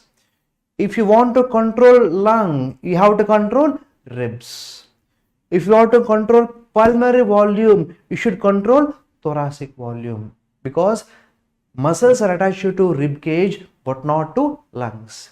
A question may come to you. Any change in thoracic volume will be applicable to pulmonary volume. True or false? Any change happening to thoracic volume will be visible in pulmonary volume. Any change happening to ribs will be evident in lungs also. Yes. Yes. Reason. What might be the reason? Lungs are involuntary organs, but ribs are attached to muscles which can be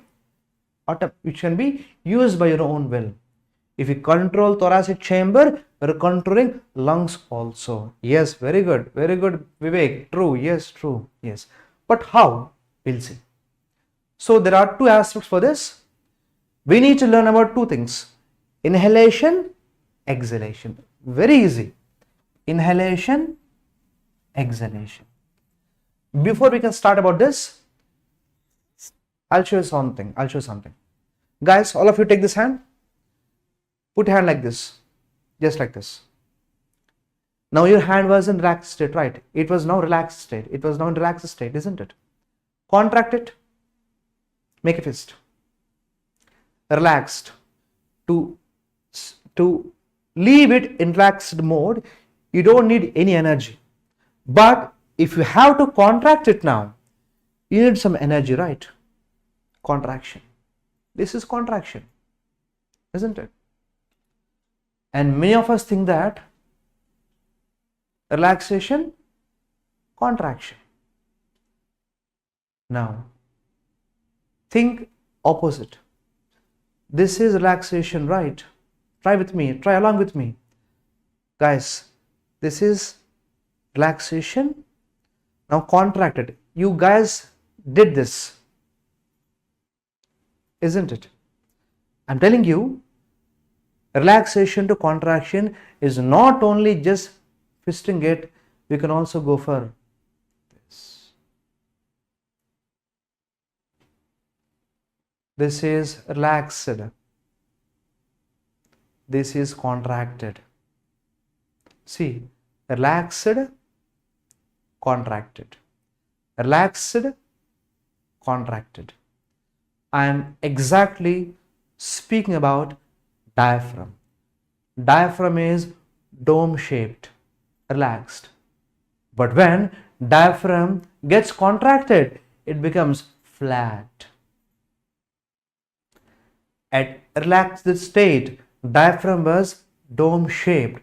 When it gets contracted, diaphragm becomes flat. Okay, so what happens during inhalation? Guys, inhalation is helped by muscles. Which muscle? Muscles attached to ribs.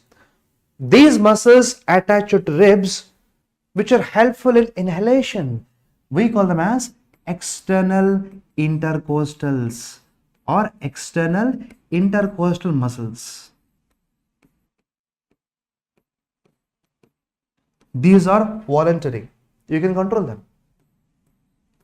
And one more muscle for inhalation, which is made up of smooth muscle tissue, diaphragm.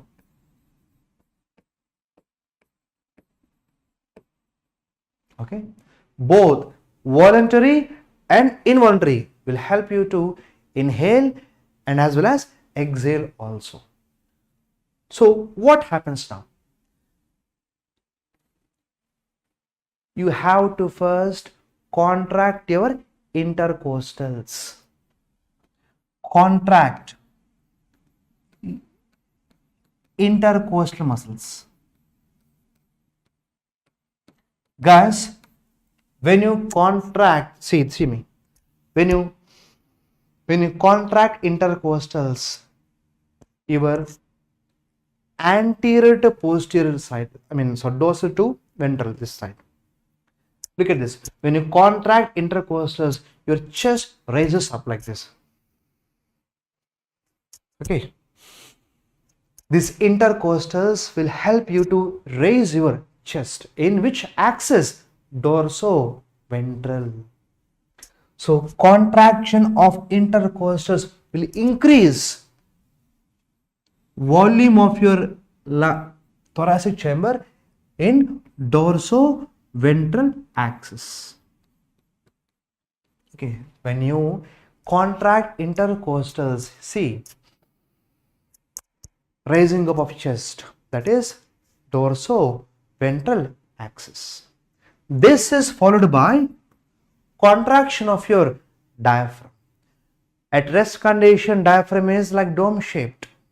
But now, when you contract diaphragm, which happens involuntarily, diaphragm becomes flat. Diaphragm which is dome shaped, if you contract this relaxed diaphragm now, this diaphragm will attain flat shape like this. You first contracted intercostals, increasing thoracic volume in dorsoventral axis. Then you contract diaphragm, increasing the thoracic volume in antero-posterior axis.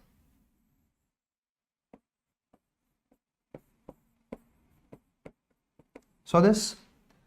So contraction of intercostals lead to increase in thoracic volume in dorsoventral axis.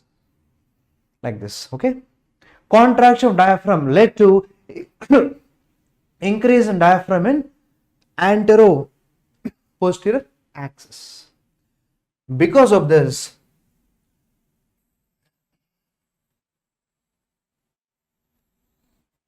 this is at rest condition, diaphragm is still dome shaped.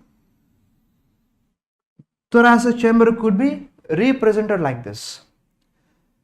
Because of contraction of your intercostals, dorsoventrally, thoracic volume got increased. Because of contraction of diaphragm, antero-posteriorly also, volume got increased. So the picture will become like this.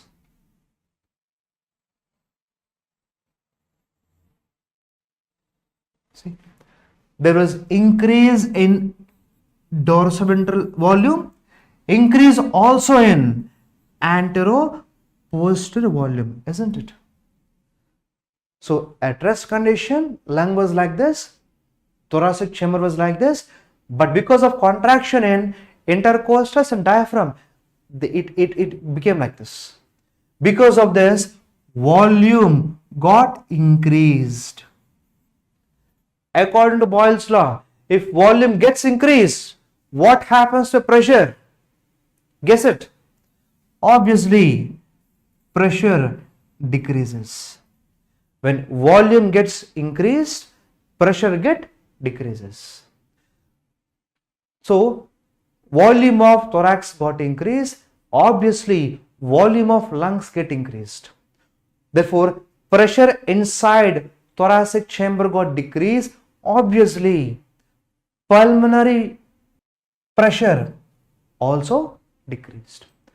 Increase in thoracic volume is same as increase in pulmonary volume, which leads to decrease in thoracic pressure, nothing but decrease in intrapulmonary pressure. So because of contraction, intrapulmonary, guys, intrapulmonary means volume inside lungs. So intrapulmonary pressure got decreased. Therefore, there will be now difference of pressure between lungs and atmosphere. If you compare, lungs or thoracic chamber is at low pressure and atmosphere is at high pressure. Obviously, pressure always travels from high to low. Therefore, air gushes into your lungs. Gushes means sudden entry. Because of increase in thoracic volume, see, intercostals contracted, diaphragm contracted, pulmonary volume got increased. Therefore, intrapulmonary pressure gets decreased, isn't it? Now, this decrease was such that lungs were at low temperature than compared to atmosphere. Always air travels from high pressure to low pressure. Therefore, air gushes into your lungs. Guys, either to contract intercostals or to contract diaphragm also. Contraction is ATP dependent process. You need energy to contract. Therefore, inhalation process is energy dependent. You need energy to inhale. Anything which depends on energy is called as active process.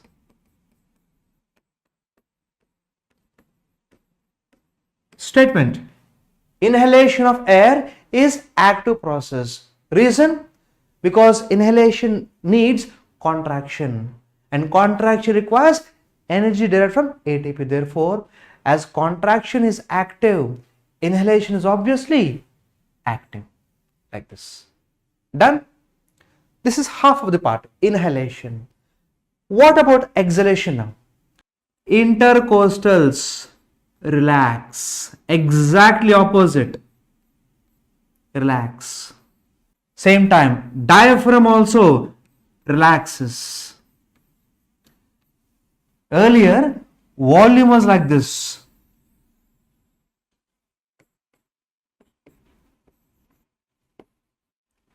Because of relaxation of intercostals, rib cage goes back. Because of relaxation of diaphragm, it becomes again dome shaped. You can see volume got decreased. Therefore, what happens to intrapulmonary pressure? Pressure gets increased, isn't it? I'm telling you, guys, intercostals relax, diaphragm relax, volume decreases. Obviously, intrapulmonary pressure will be increased, isn't it? and it was so high, intrapulmonary pressure is very high than compared to atmospheric pressure. All events happening during exhalation are exactly opposite to those happen during inhalation. Every step. There we say contraction, contraction. Here I am saying relaxation, relaxation. There we said increase in volume. Here I said decrease in volume. There we said decrease in pressure. What happens now? Increase in pressure. And finally, intrapulmonary pressure is very high than compared to atmospheric pressure. As a result, air will exit, gush out of your lungs into atmosphere. Air gushes out. And in this exhalation process, we did not use energy. We did not contract muscle. Energy is not used. ATP was not spent. Any process which does not depend on energy, which happens as such, what do you call this process? Passive.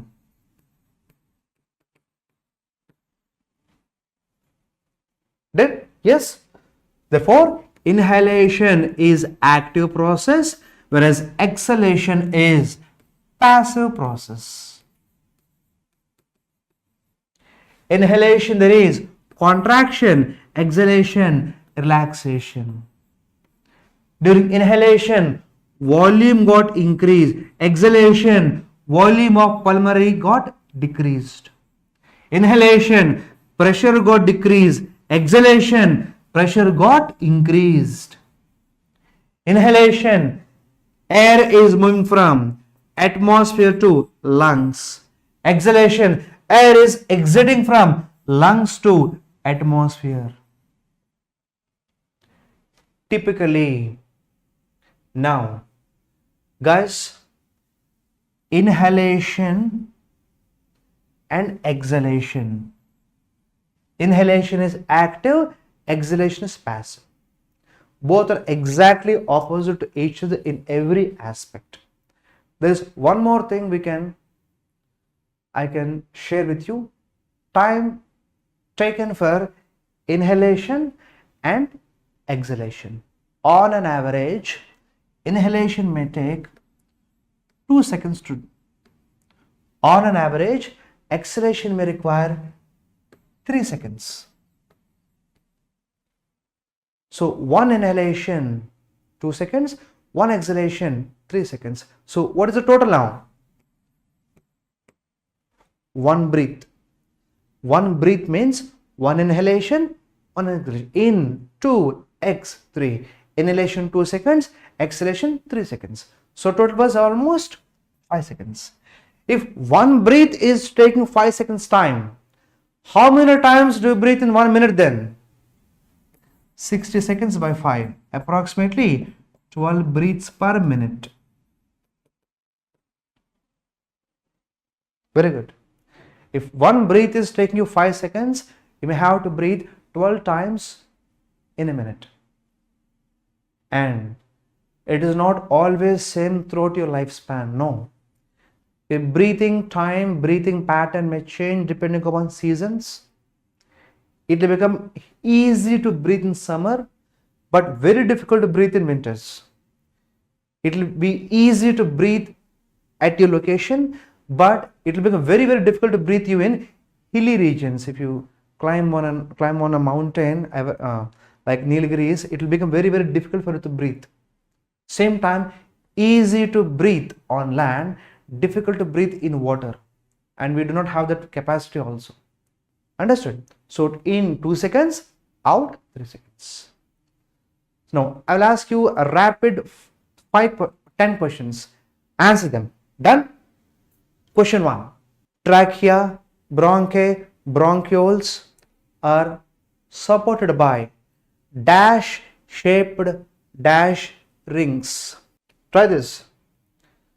Trachea, these structures does not allow trachea to collapse. What are those? C-shaped cartilaginous rings. Very good. Which part of your body was called as windpipe? Windpipe. What is the name of windpipe? Trachea. Name of food pipe? Esophagus. Very correct. Now, name of a cartilaginous flap, lid, which does not allow entry of food into trachea. What is the name of this elastic cartilaginous flap, which closes during swallowing so that food goes into food pipe, never enters windpipe? What was that? Epiglottis. Epiglottis, which kind of tissue? Cartilage. Again cartilage. Very good. Again. During inhalation, what will be the fate of diaphragm? Does it become dome shaped to flat or flat to dome shaped during inhalation? Tell me. During inhalation, what happens to diaphragm? Dome shaped diaphragm will become flat. Very good. Diaphragm contracts. Very nice. Correct. What happens? What was the fate of diaphragm during exhalation? Flat diaphragm will relax to become again dome shaped. Exact opposite. Beta, now, true false. Inhalation is active process. True or false? Inhalation is active process. True or false? Accepted or not? Yes, true. Exhalation is passive process. True or false? Exhalation is passive process. True or false? True. Now, there's a mix-up question.